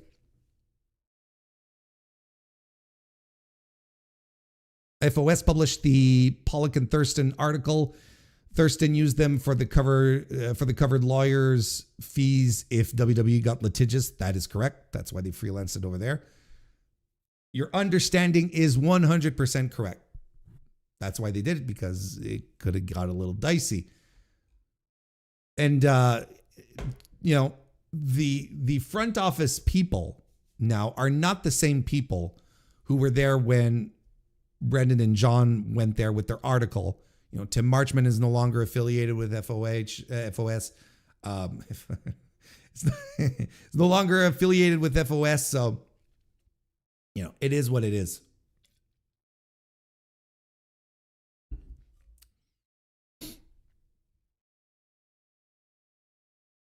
Big Mark thought the card was legit classy.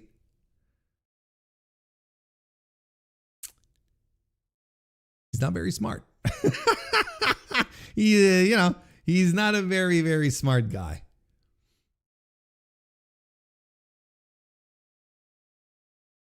How far away are we with media outlets having to pay appearance fees for interviews with WWE talent?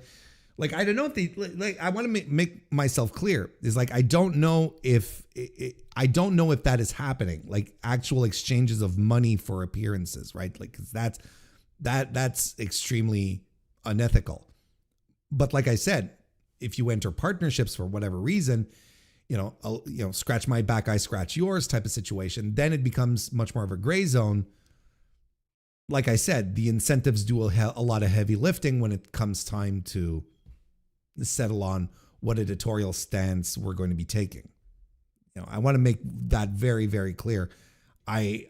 There is no way for us to know that outside of the people who we know are receiving actual paychecks, there's no way to know whether front office sports and WWE are exchanging actual monetary funds. We don't know. We don't know.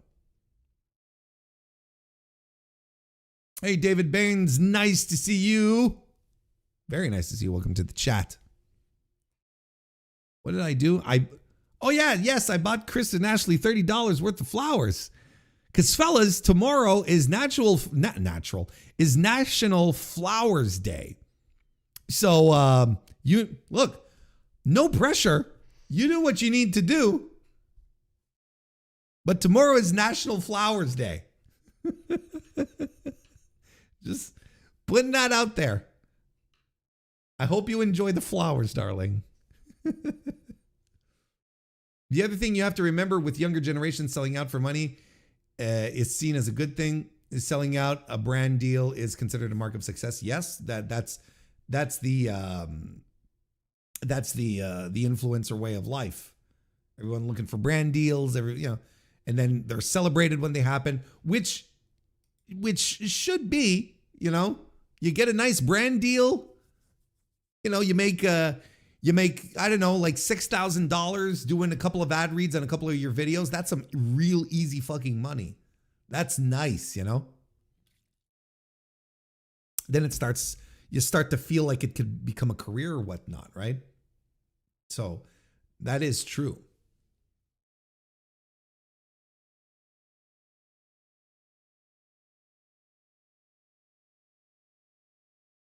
Hey, Travis, how you doing? Welcome to the chat. Member of the channel on top of that.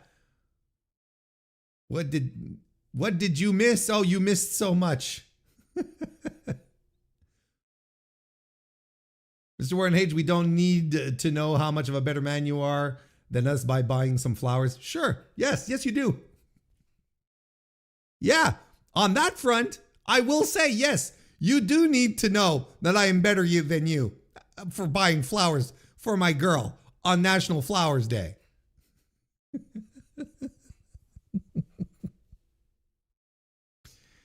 All right, let's go see what else we have here lined up. Oh, well, let's talk about this. This is fun, though. This will be a little change of vibe here. What a fucking revelation we got this week. Get out of here. What a revelation we got this week, right? Oh, hang on. We won't read the Post article because it's very, very long and detailed. I think we'll do the more condensed one from the Observer. Yeah. And we'll give our shout out to our boy Josh Nason. Josh Nason. Here's a fun one. In a what-if moment in pro wrestling, if there ever was one, new reporting came out on Thursday, revealed that AEW head Tony Khan put in a bid for WWE during the company's 2023 sales process. That news was first reported by Brandon Thurston for Post Wrestling, courtesy of documents via the ongoing WWE shareholder lawsuit, in which the process that saw Endeavor ultimately win out is being questioned.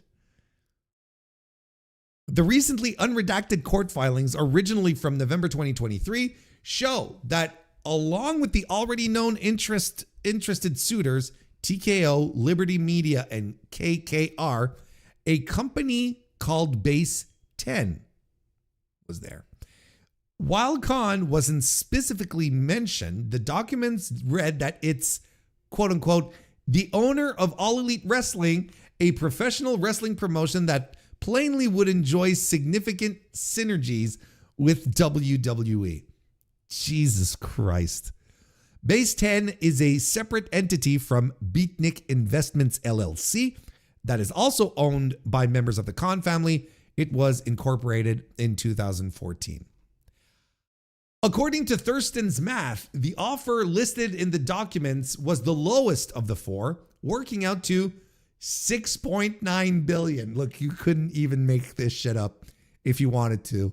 Where the wrestling promoter, the billionaire wrestling promoter, totals up his offer to $6.9 billion. By comparison, Endeavor led the pack at $8.5 billion, followed by Liberty Media, $8.5 to $8.9 billion, and KKR, $8 billion to $8.7 billion. Aside from the dollar values, the key difference was Endeavor's offer was an all-stock deal where investors just got their shares converted into TKO stock, as opposed to the other offers that were all cash.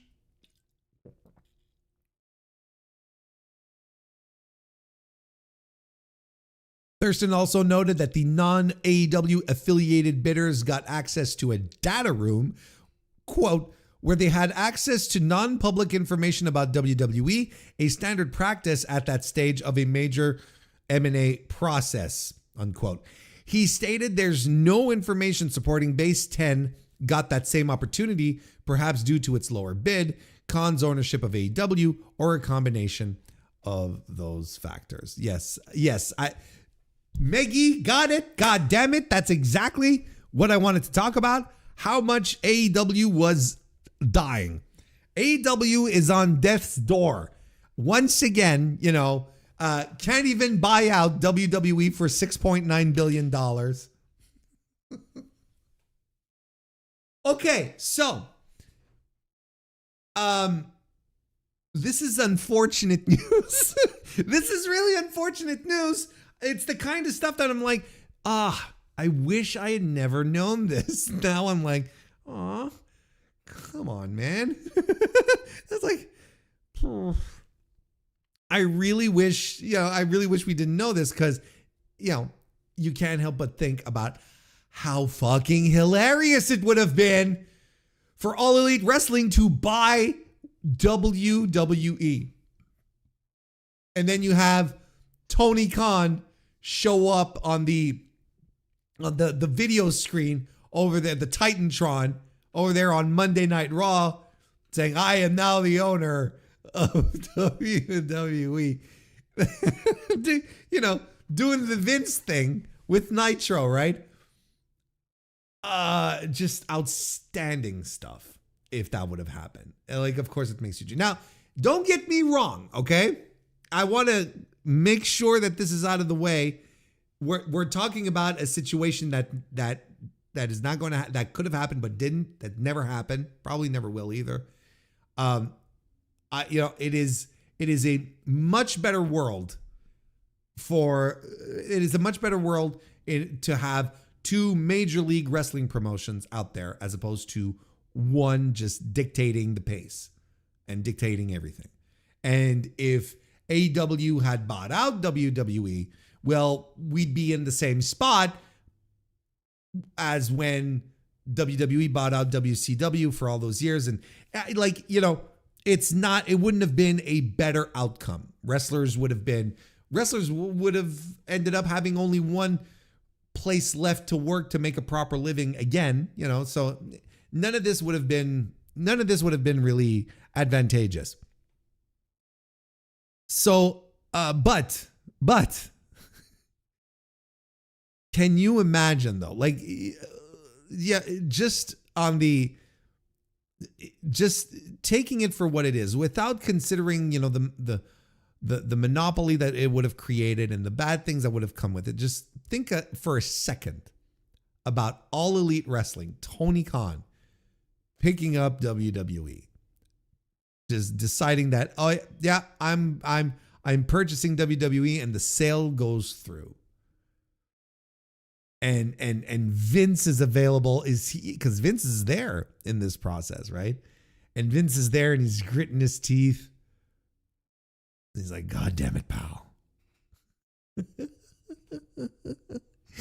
And Tony Khan ends up owning everything. He ends up owning Roman Reigns. He ends up owning CM Punk again. There's so many funny things that happen then if this situation happens. There's just so many things that just occur that becomes suddenly infinitely hilarious. And some possibilities for some matches where, again, you get a whole other series of matches. And then you're like, imagine if Tony Khan had booked John Cena's retirement tour for one, Think about how that would have gone. There's like Josh said, it is probably one of the greatest what ifs in the history of wrestling at this point. What if the $6.9 billion deal had gone through?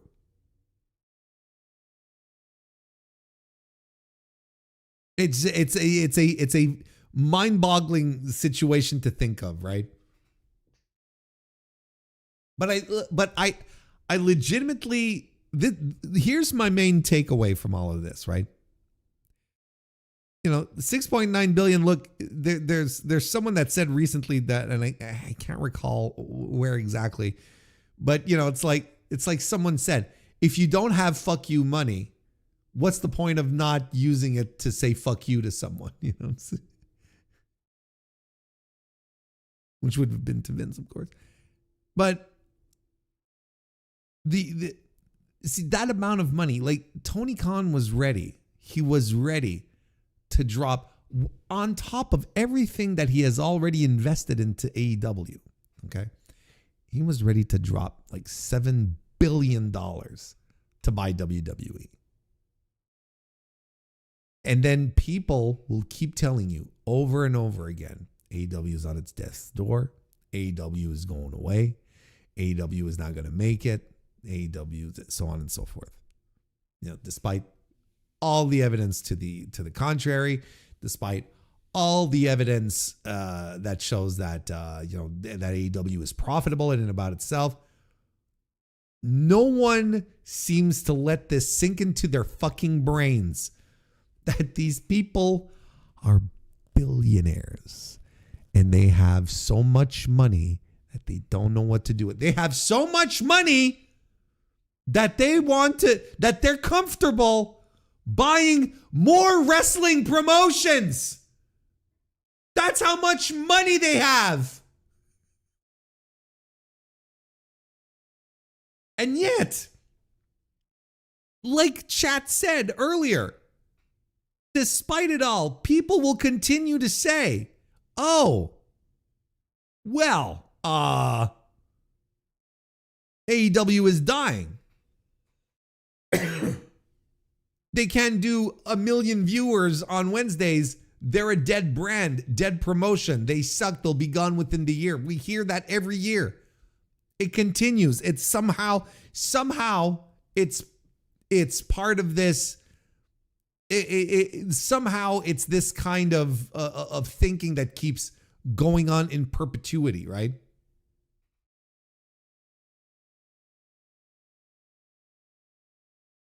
It's fucking funny.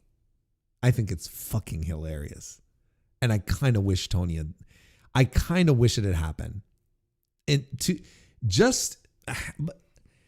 I'm really torn, folks, because yes, to a degree, I would have appreciated the comedy, like the sheer comedy of this and all the chaos that would have ensued after. But then, once that euphoria would have swept away, I would have been completely distraught by this. I would have been upset, because then it's just, oh, we're back to just one promotion and this kind of stinks. Just, oh shit. Oh boo.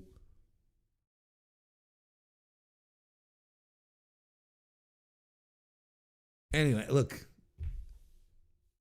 there's not much more to say here other than the main takeaway is that, anyone who keeps saying that AEW is going to die, that's going out of business, they don't understand anything. They don't pay attention to anything. They just listen to their co-opted media, and that's it. They don't understand anything. They're unable to have fully formed thoughts in their brain. They're just big old dummies. Tremendous stuff. Hey, Johnny, nice to see you. Welcome to the chat.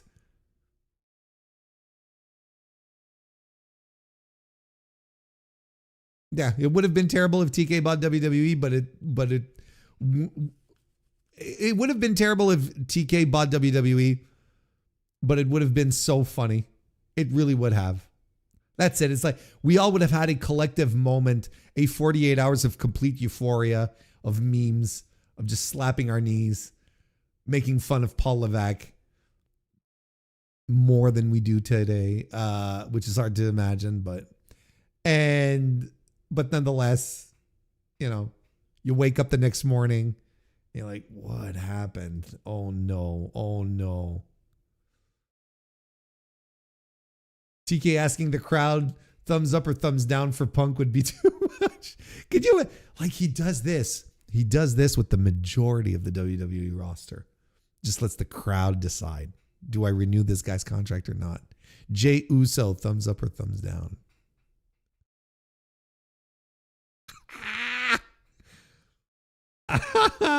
The Miz, thumbs up or thumbs down? Tony doesn't even put it up to debate. He just kicks the Miz out. He's like, nope, not this guy.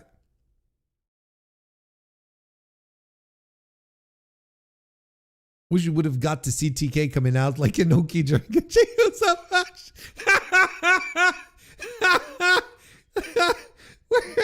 The match where the first time that Jey Uso signals for his music to play again mid-match. And Inoki comes, TK comes in and he has the scarf on, right? And he has his official Antonio Inoki family scarf, right? And he's coming out and he's flipping a chair. It's like, get these fuckers out of the ring. Go to the finish. Go to the finish. Yes. Don't let this news distract you from the fact that it's still hilarious that Paul and Stephanie dreamed for years about getting bequeathed WWE from Vince. This is also very true. That was the plan all along until Vince decided that he pulled a succession on them.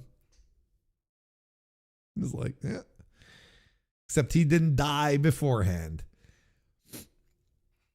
Today literally had WWE state media claiming how terrible it would be because monopolies aren't good for business. Even Busted Open said this out loud. I mean, they're not wrong. Like they're not, they are legitimately not wrong. But, you know,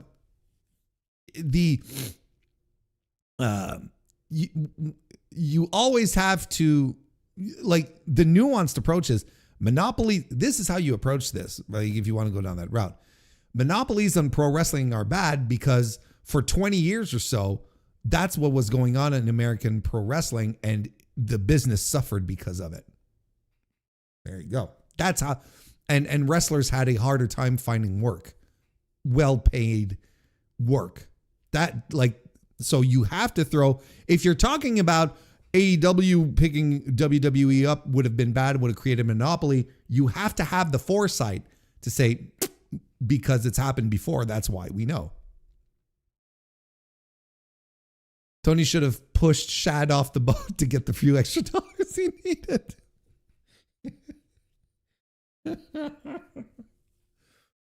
Oopsie.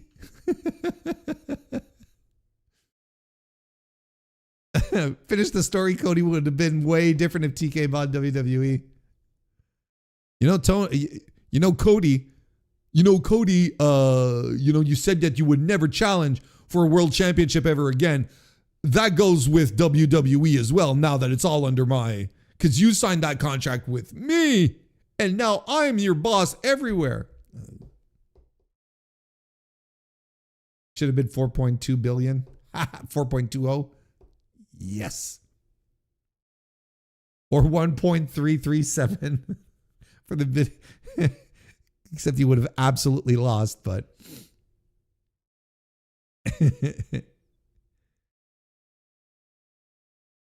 what if TK bought it, just took the tapes and sold the rest? That's what I was thinking of earlier today. It's like, all he wanted was all Tony wanted was to get his Mid-South tapes again. That's all he wanted. He just wanted to get Mid-South tapes, and he spent $6.9 billion to get them back. The rest he doesn't give a fuck. Throws everything into the bin. WWE now moves to, I don't know. Now moves to the Maldives. That's where they operate moving forward.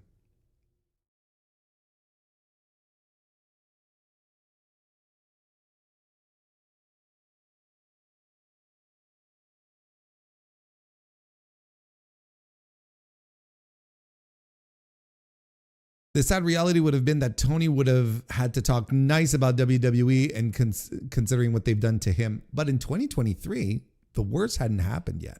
In 2023, the worst hadn't happened. So, it's fine. It's fine. It would have been a very sweet revenge type of situation nonetheless. SmackDown tape before Dynamite. No, wait, it'd go Dynamite, Ring of Honor, SmackDown. And everyone's fucking gone because it's like 11:30 p.m. on a Wednesday. And then they broadcast that on TV, and it's like, there's no one at these shows anymore. The WWE must be a cold product. I probably will have to retire the brand, folks.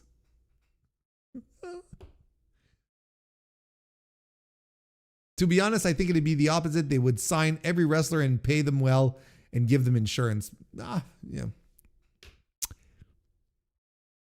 Color me skeptical, nonetheless, about being paid well in the. Oh, look, paid well is wrestlers right now.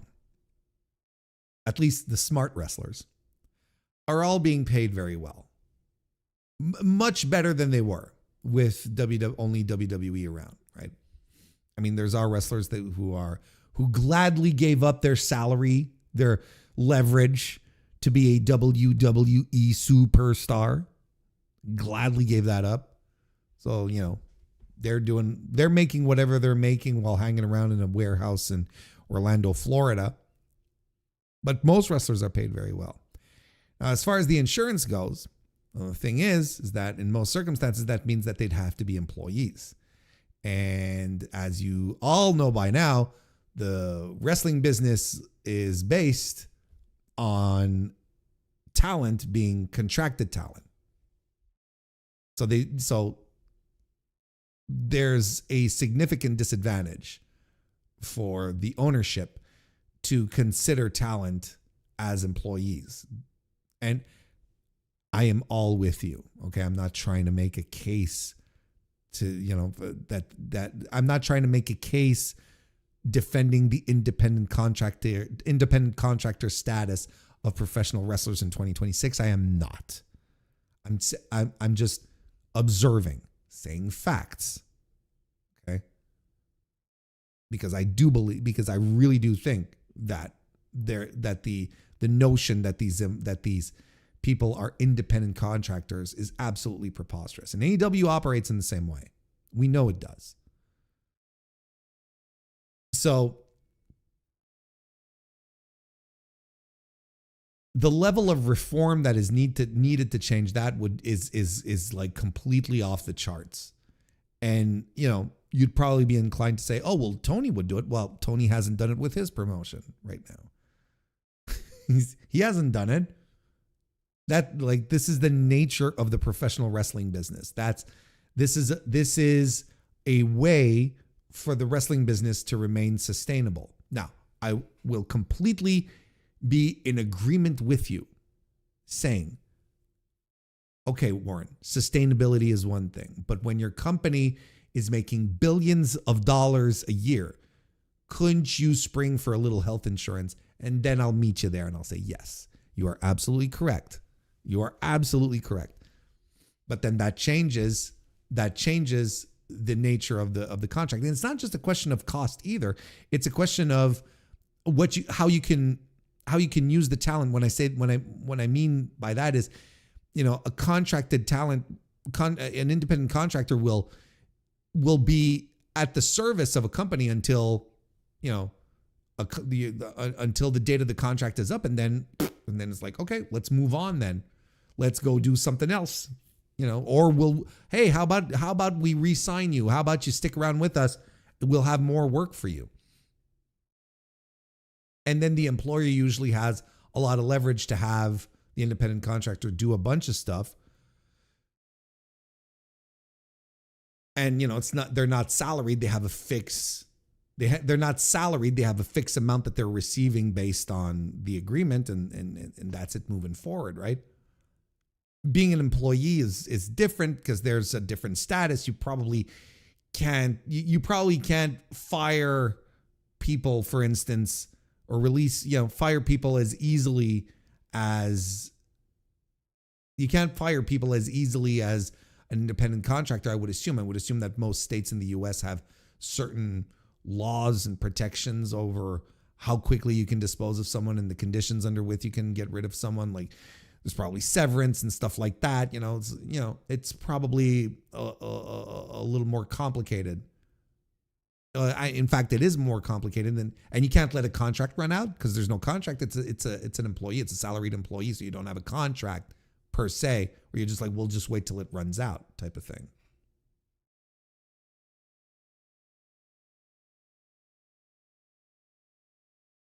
TK would definitely not pay as much in a sole competitor system.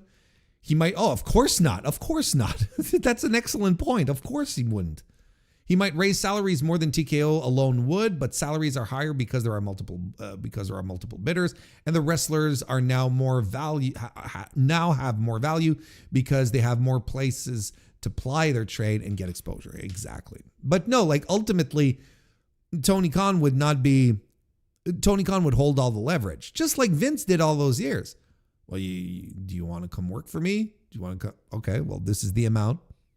And if you try to negotiate, well, then the payer has all the leverage. The person handing out the contract has all the leverage. It's like, well, okay. You don't want to work here? Fine. Best of luck to you. Or it's like, you want more money? Well, I can give you more. So is it a yes or a no? If it's no, best of luck to you.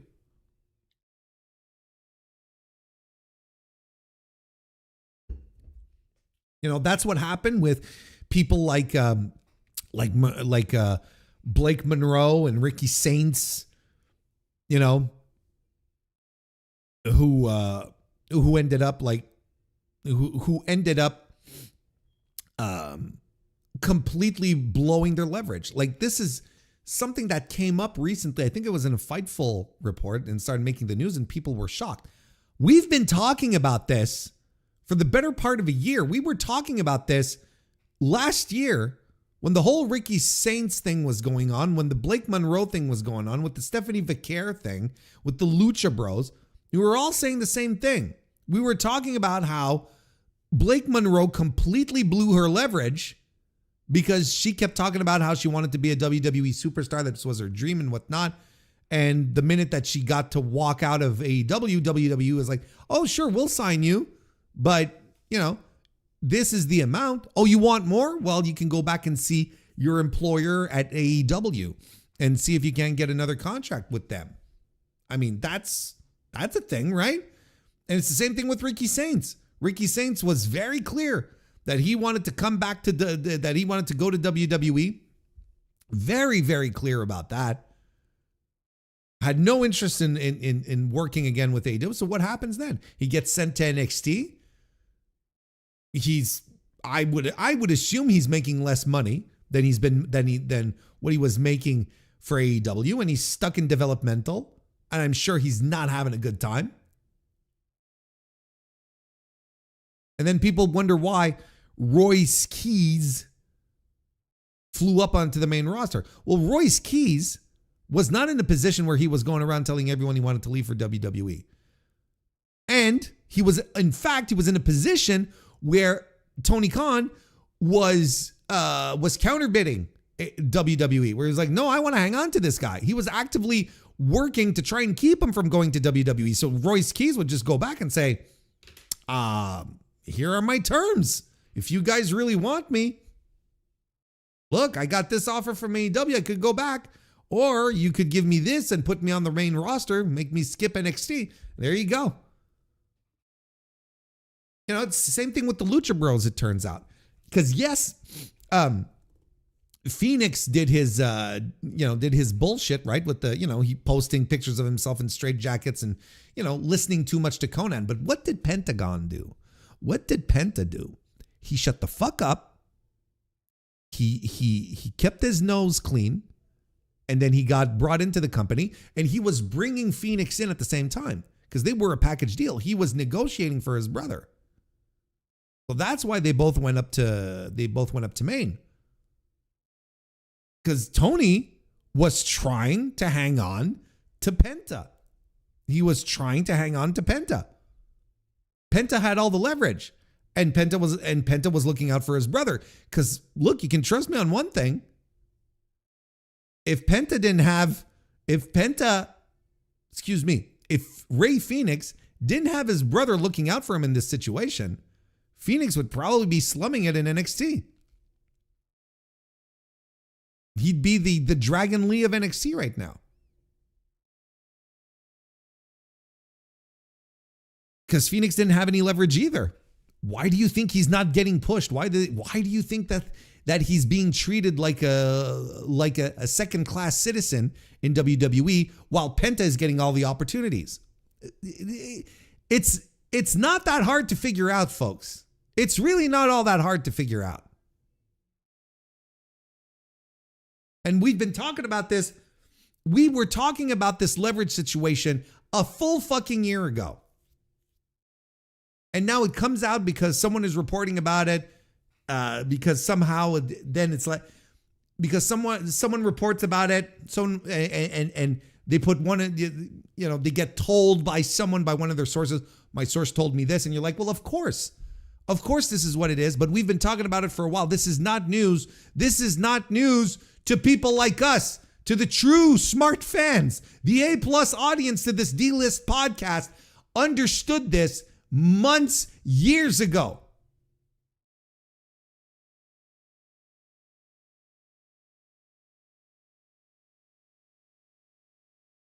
Anyway, don't know why I went off on that tangent, but this is where we got. This is where we got. Mike McCullough, nice to see you. Welcome to the chat. Also happens to be a member of the Mr. Warren Hayes Show channel. Nice to see you and welcome. Tony has done a very quick no comment the few times it was asked about a wrestler's union. He's a billionaire. These people aren't pro-labor. No, they are not. Of course not. You know who else is not pro-labor? Pro wrestlers. Pro wrestlers aren't pro-labor either. They don't want unions.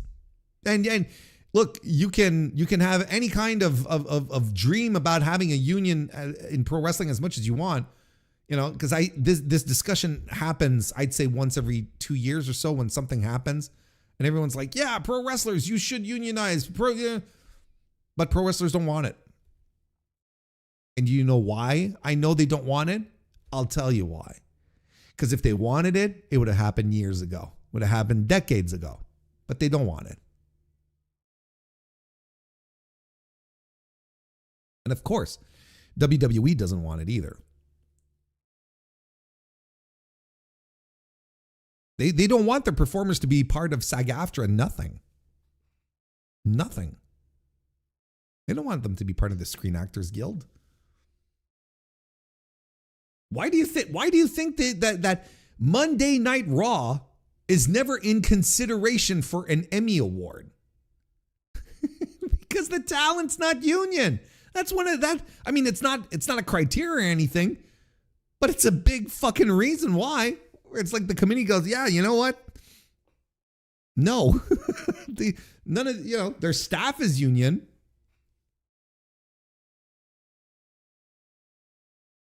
I do remember Zelina Vega. Zelina Vega, that was the funniest shit, wasn't it, Johnny? It was the funniest shit because when she was fired, oh boy, she was all piss and vinegar and she was all fired up. She was like, oh, let's go. I'm going to start a union. And everyone's like, woo! Zelina Vega, folk hero. Right? And she got the attention of, who was the guy who ran for candidate? He was a candidate for president, I think, for the Democrats. I can't remember his name. And he was like, I'm going to look into this. You know, and everyone was like, woo! And then the fucking minute WWE gives her a call back, she's like, woohoo, let's go. Wrestlers don't. Andrew Yang, thank you, Travis. Wrestlers don't give a shit about unions. They give a shit about is making money. That's all. They don't give a shit about this union crap.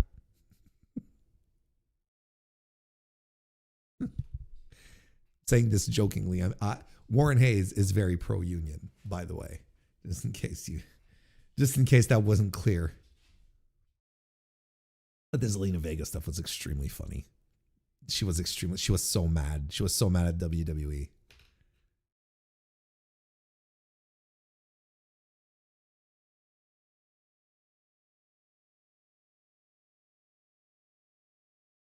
It's the same with advertising for movies. They don't want to unionize. It sucks. I can't imagine people seeing a movie without a trailer. I mean, I understand. I understand. I don't think it's right, but I understand. The big names get taken care of, and the people in the bubble who are in too tenuous a position to risk it. Yeah, because don't forget one thing is that the people, it's just like back in the day, right? It's just like back in the day when you had when Ventura was trying to unionize, right? They're like, all it took was like Hulk Hogan knew that if there was a union, if wrestlers unionized, he would be on the losing side of things. He'd be making less money. Didn't want that. And Hogan held tons of power.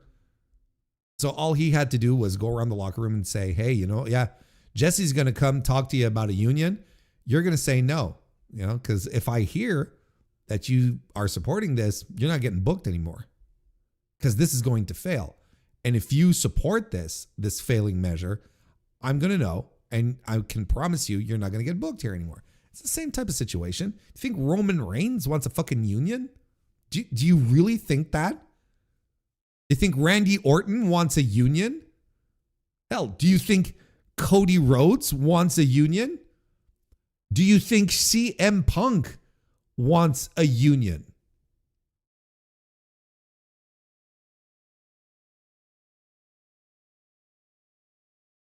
I mean, probably, Damon Kemp would be like, yeah, union would be nice. But then again, most of them are like, they see the path, and they don't forget that wrestlers all project themselves into bigger spots than they're in, of course, and then that they potentially have the potential to reach, right? So they're not going to go, oh yeah, I want a union. They're going to be like, no, I'm going to be like Roman Reigns one day. I'm going to be like CM Punk one day. Not me. I won't be scraping for money. I won't be wishing that wrestlers unionize. It's all fucking bullshit. That's just how it goes. I'd look at pro sports leagues and see how much more of a share of the revenue they get while in a union, but I agree. They won't think of it. They won't think of it that way. No, they won't. No, they won't.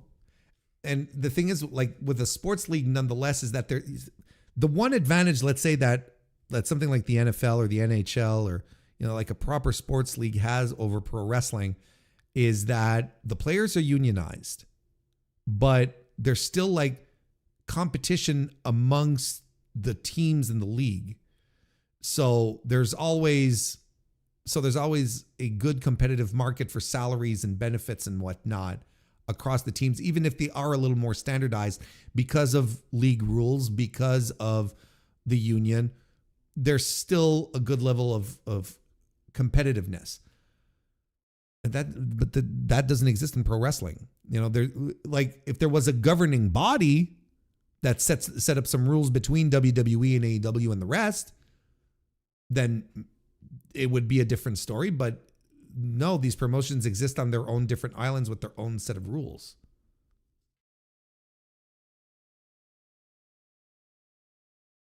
Even the well-paid wrestlers seem underpaid. The NHL league minimum salary is $850,000. A lot of wrestlers are a lot better paid since AEW has been around, let me tell you what. Much to the chagrin of many. But keep one thing in mind, like one thing that TKO is going to continue to push to try and keep people away from signing with AEW is that, hey, we're WWE. You can have a match at WrestleMania. You can be part of the biggest sports entertainment company in the world. We can turn you into a star. And since a lot of people grew up watching WWE and WWE is the dream, a lot of people get suckered into that. And WWE will continue to have that advantage for a while, I'd say, up until we start getting a generation of people, being raised on AEW, and AEW becomes the goal. Okay, there's two more things I want to touch on absolutely before we log off. This one, very quickly, Ricochet's adventures on Twitter. Here's the story off of Figure 4 Online. The Observer. Ricochet's social media controversy has gotten some attention outside of wrestling, with TMZ picking up on the story. TMZ Sports published an article on the situation on Wednesday, picking up Ricochet's initial tweet and subsequent apology. The tweet was posted on Monday with Ricochet telling a fan he was, quote unquote, glad she had multiple sclerosis after the fan criticized his acting ability. Ricochet then apologized the following day. Here's the apology. I took out my hatred for the IWC on Sandy and inadvertently others who are affected by multiple sclerosis, he said. She didn't deserve it, and for that, I sincerely apologize. Moving forward, I'll do better. United Kingdom tabloid outlet The Sun also posted an article on the situation. Nothing's too scummy for the sun. On Wrestling Observer Radio, Dave Meltzer noted that Ricochet's decision to delete the initial tweet came after a call from a friend who suggested that he do so. Meltzer said AEW did not force Ricochet to apologize. Here's Dave's quote here. And then what ended up happening was one of his friends called him and said, you should really take the tweet down. So he took the tweet down. And upon thinking about it, he then apologized. Nobody forced his apology or anything like that. He decided to apologize, and he did. Meltzer said there has been no word from AEW about the controversy. Here's the quote. As far as where it stands elsewhere, as far as I know, he has gotten no. I have heard nothing from AEW or anything like that as far as what happened. Reading Dave quotes is insane. It sounds like I'm forgetting words.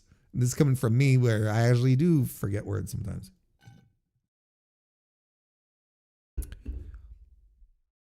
Of course, the report also notes that Samantha Johnson, who is Ricochet's wife, has deactivated her Twitter account after receiving violent threats.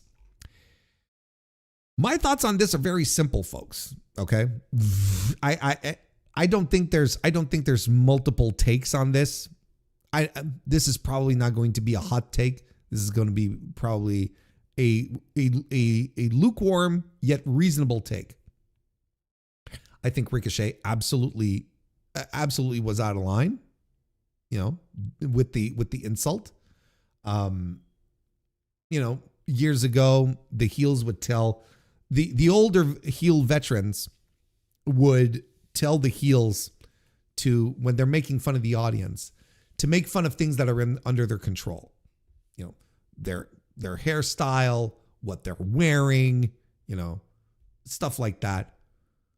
But never go after things that are physically out of their control, like disabilities. You don't do that. That's bad heat. And we're talking like in the 80s, like in the 70s and 80s here. Ricochet was on a line, and he went online and he apologized, and it is what it is. The good thing about an apology is that you're never entitled to accept it. You don't have to. You can absolutely refuse an apology if you want to, but he did what he had to do, and that's it. But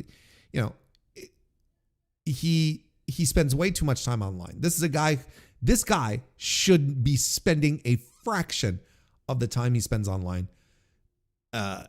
He should be doing anything else. He should be taking up a fucking hobby. He should be reading a novel. He should be playing eugenics. Do anything else, Trevor. Do anything else than just spending your time on fucking Twitter arguing with the biggest fucking dummies, the worst faith morons, and bots.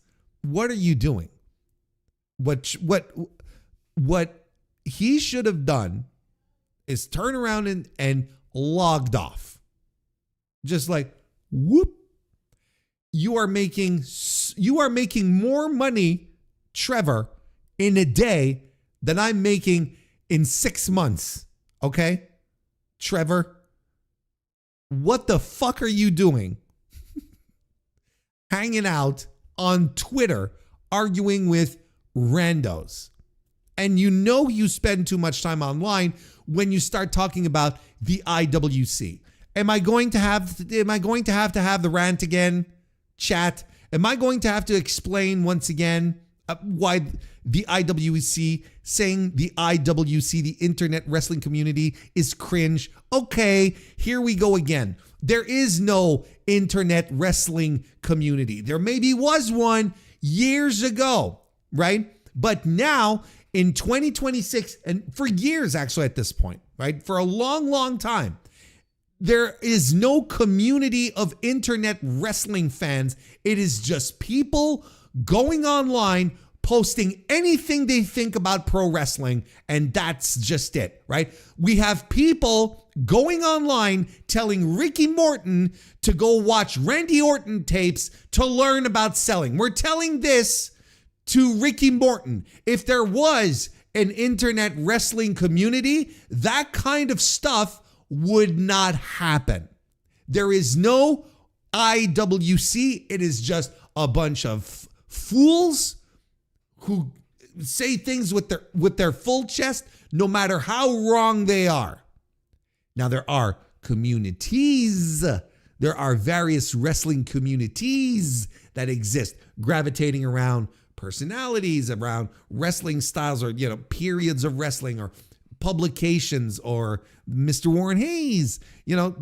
Those things exist. But we got to stop with this fucking IWC thing. It's cringe, and it shows that you are way too much online when you start using IWC, okay? So that's a sign. That's a sign you should be logging off. You have you love to talk about how you have a beautiful wife, and go spend time with her. Go have sex with her, God damn it. Do anything else. Then do anything else. Then fucking argue with morons online. And this is entirely on him. It's entirely on him. So if there's no consequences for him in AEW, good for him. He probably dodged a bullet, and then he's probably very lucky.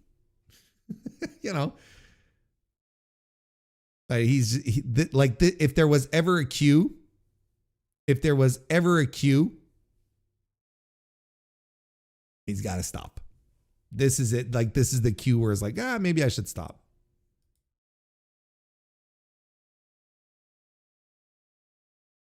That guy's 64. Nice to see you. Welcome to the chat.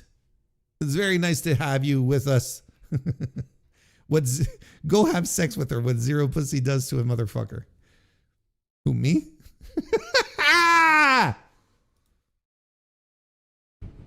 All right, last thing. Last thing for the evening.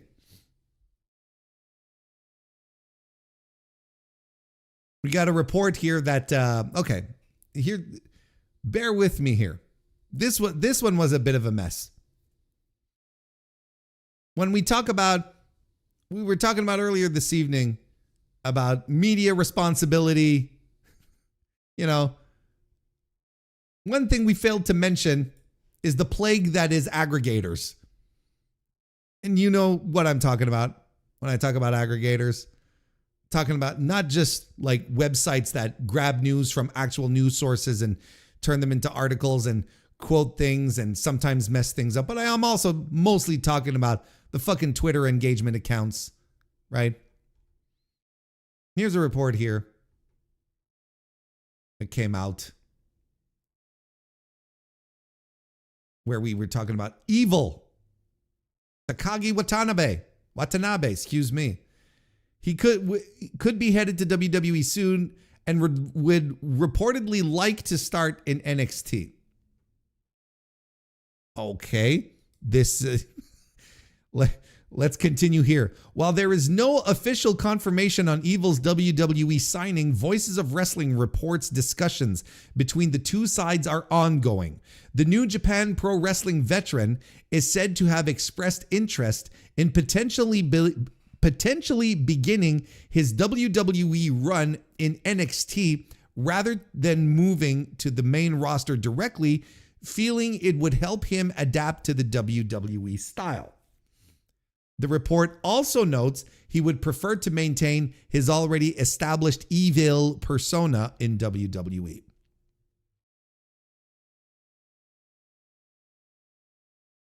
So this is what was reported.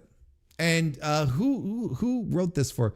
Roseanne Raphael. She did a good job aggregating this news coming from Voices of Wrestling and whatnot. Because yes, that was it was a report from Voices of Wrestling from Joe Lanza specifically, who wrote up the article. But you see, Cultaholic. You see the tweet here. Cultaholic, they credited the story to the Super J Cast, which is an article, not an article, but a podcast that is under the banner of the Voices of Wrestling podcast network, right? So, not exactly all that far off, but not exactly correct either.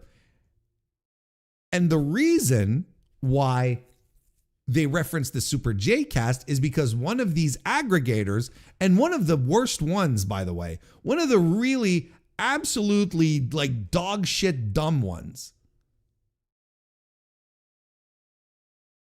came out and said and credited to the Super J cast and Case Lowe. Case Lowe, in case if you don't know who Case is the co-host of the Open the Voice Gate podcast, again on Voices of Wrestling Network. It is a podcast that talks about that talks about Dragon Gate. And Case doesn't know much about WWE. In fact, that probably doesn't know anything about what is happening in modern WWE. I'm pretty sure, I'm pretty confident about that. So the fact that this dog shit aggregator aggregated the Super J cast, who didn't mention this report on the in their on their podcast at all, didn't mention anything about Evil going to WWE or whatnot. WWE, Evil wanting to go to NXT first and foremost. Didn't mention a thing about that.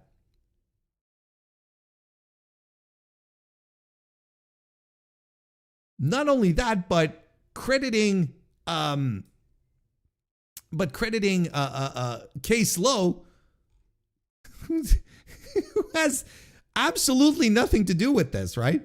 Like, has absolutely nothing to do with WWE.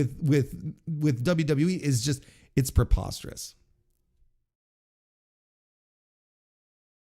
And they got all, so they messed all of this thing up for this report here. That's not even like all that much news.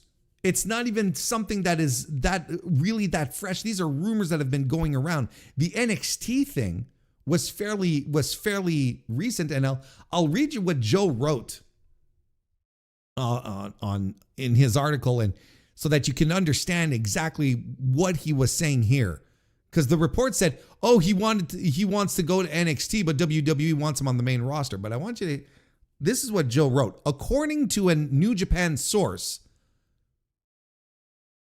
in talks with WWE, Watanabe requested to be assigned to NXT in order to acclimate himself to the WWE system and working style. The WWE office is said to want him on the main roster right away, and Watanabe wants to retain the Evil gimmick. But no one I asked had any insight on what WWE envisions for him gimmick-wise. Now, Evil is no longer with New Japan, right? And Joe basically says it here. According to a New Japan source, while in talks with WWE, Watanabe requested to be assigned to NXT. But like Joe is basically saying, like, according to a New Japan source, why would they be fully aware of what's going on right now to begin with Evil? Where is he landed in his contracts? They're basically just saying, yeah, when he was in talks with WWE, Watanabe requested to go to NXT. But they're acting as if, particularly the aggregator report, was basically acting like this is something that's going to happen. This is breaking news, where it's just like, it's just interesting little tidbits here. And I feel like Joe is framing this clearly enough to say that, look, this is from a New Japan source, first and foremost, not a WWE source, not necessarily the Evil camp, and this is framed in the period, when Evil was in talks with WWE. Things might have changed dramatically since. We just don't know. Anyway, the point here We come back to the crux of the story regardless. It's really funny. It's really funny to me that Evil, consummate professional, is like, well, they have a program in which they send newcomers to get to know the WWE style. I would like to do that first.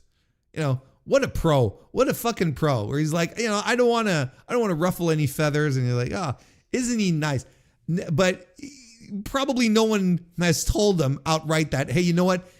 Here's the thing, Takagi, even, you're a consummate professional. Yes, we, in any other circumstance this would make sense, but NXT stinks, and the people who work there are all decades under you as far as their talent level goes. You do not want to go there.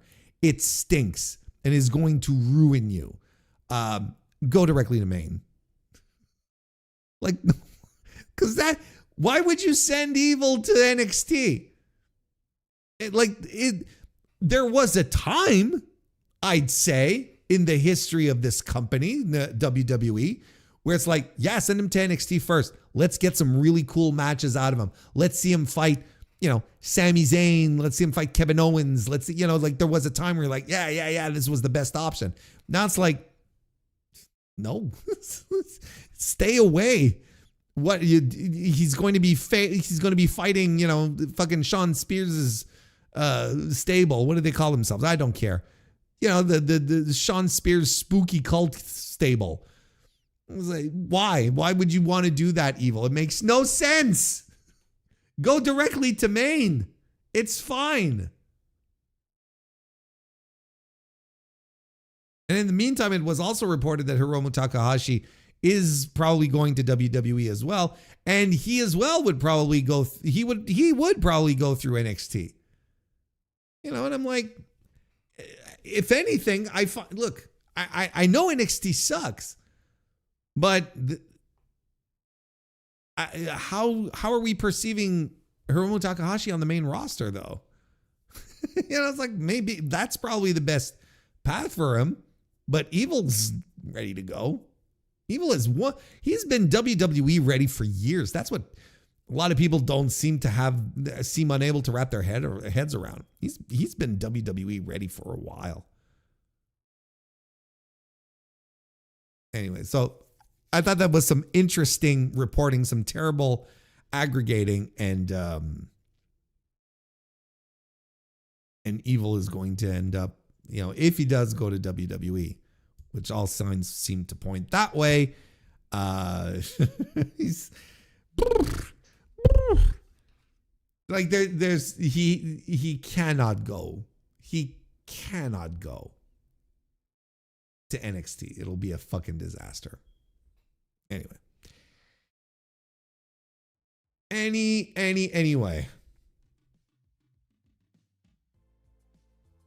Ticking Time Bomb should go to AAA and team with Iguana and sell 2 packs of the Iguana and cat stuffed animals.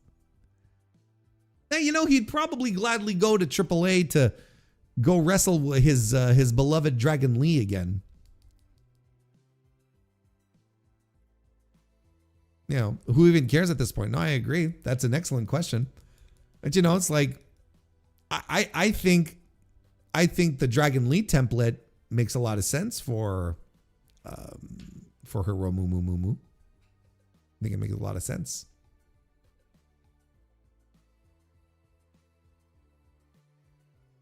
Let him go to NXT if he wants. It's not like the Booker will do anything with him on the main roster.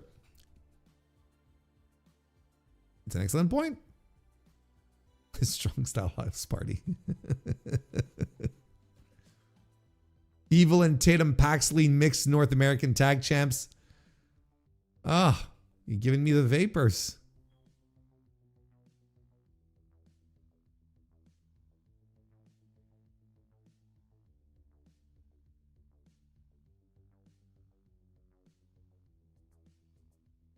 Triple H as a booker is the epitome. I was going to say the other word. Is the epitome of spinning your wheels. I agree. It's not as if this guy is suddenly churning out all of the big champions, the next big stars. He's struggling to put a WrestleMania together.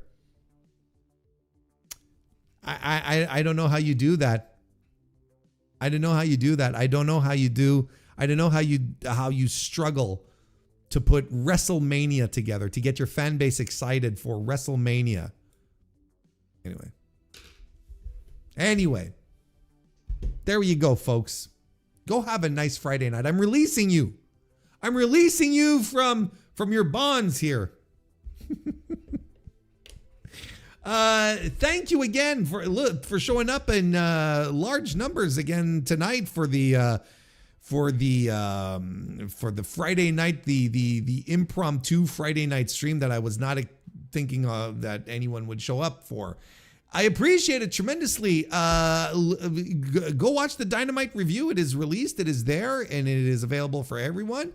If you are a member of the Mr. Warren Hayes Show channel, you may see a CMLL H2L show review this weekend at some point, probably, because I am going to get around to watching it, and I just might review it. We'll see, unless it completely stinks. And even if it completely stinks, maybe I'll do it. But yeah, there we go. That's pretty much it for now. I'll be back Monday. I will be back Monday. We're gonna get everything back in order. No more lagging around. Lolly lagging. That's the word I was looking for. That's what I was looking for. No more lollygagging. Back on Monday after taking a break last week, and no internet outages to be seen. So everything will be on the up and up. I hope you all have a great weekend, though. I hope you really have a tremendous weekend, everyone. Thank you very much for being here. Just be safe. Be good to each other. I hate wrestling, too. I'll see you next time.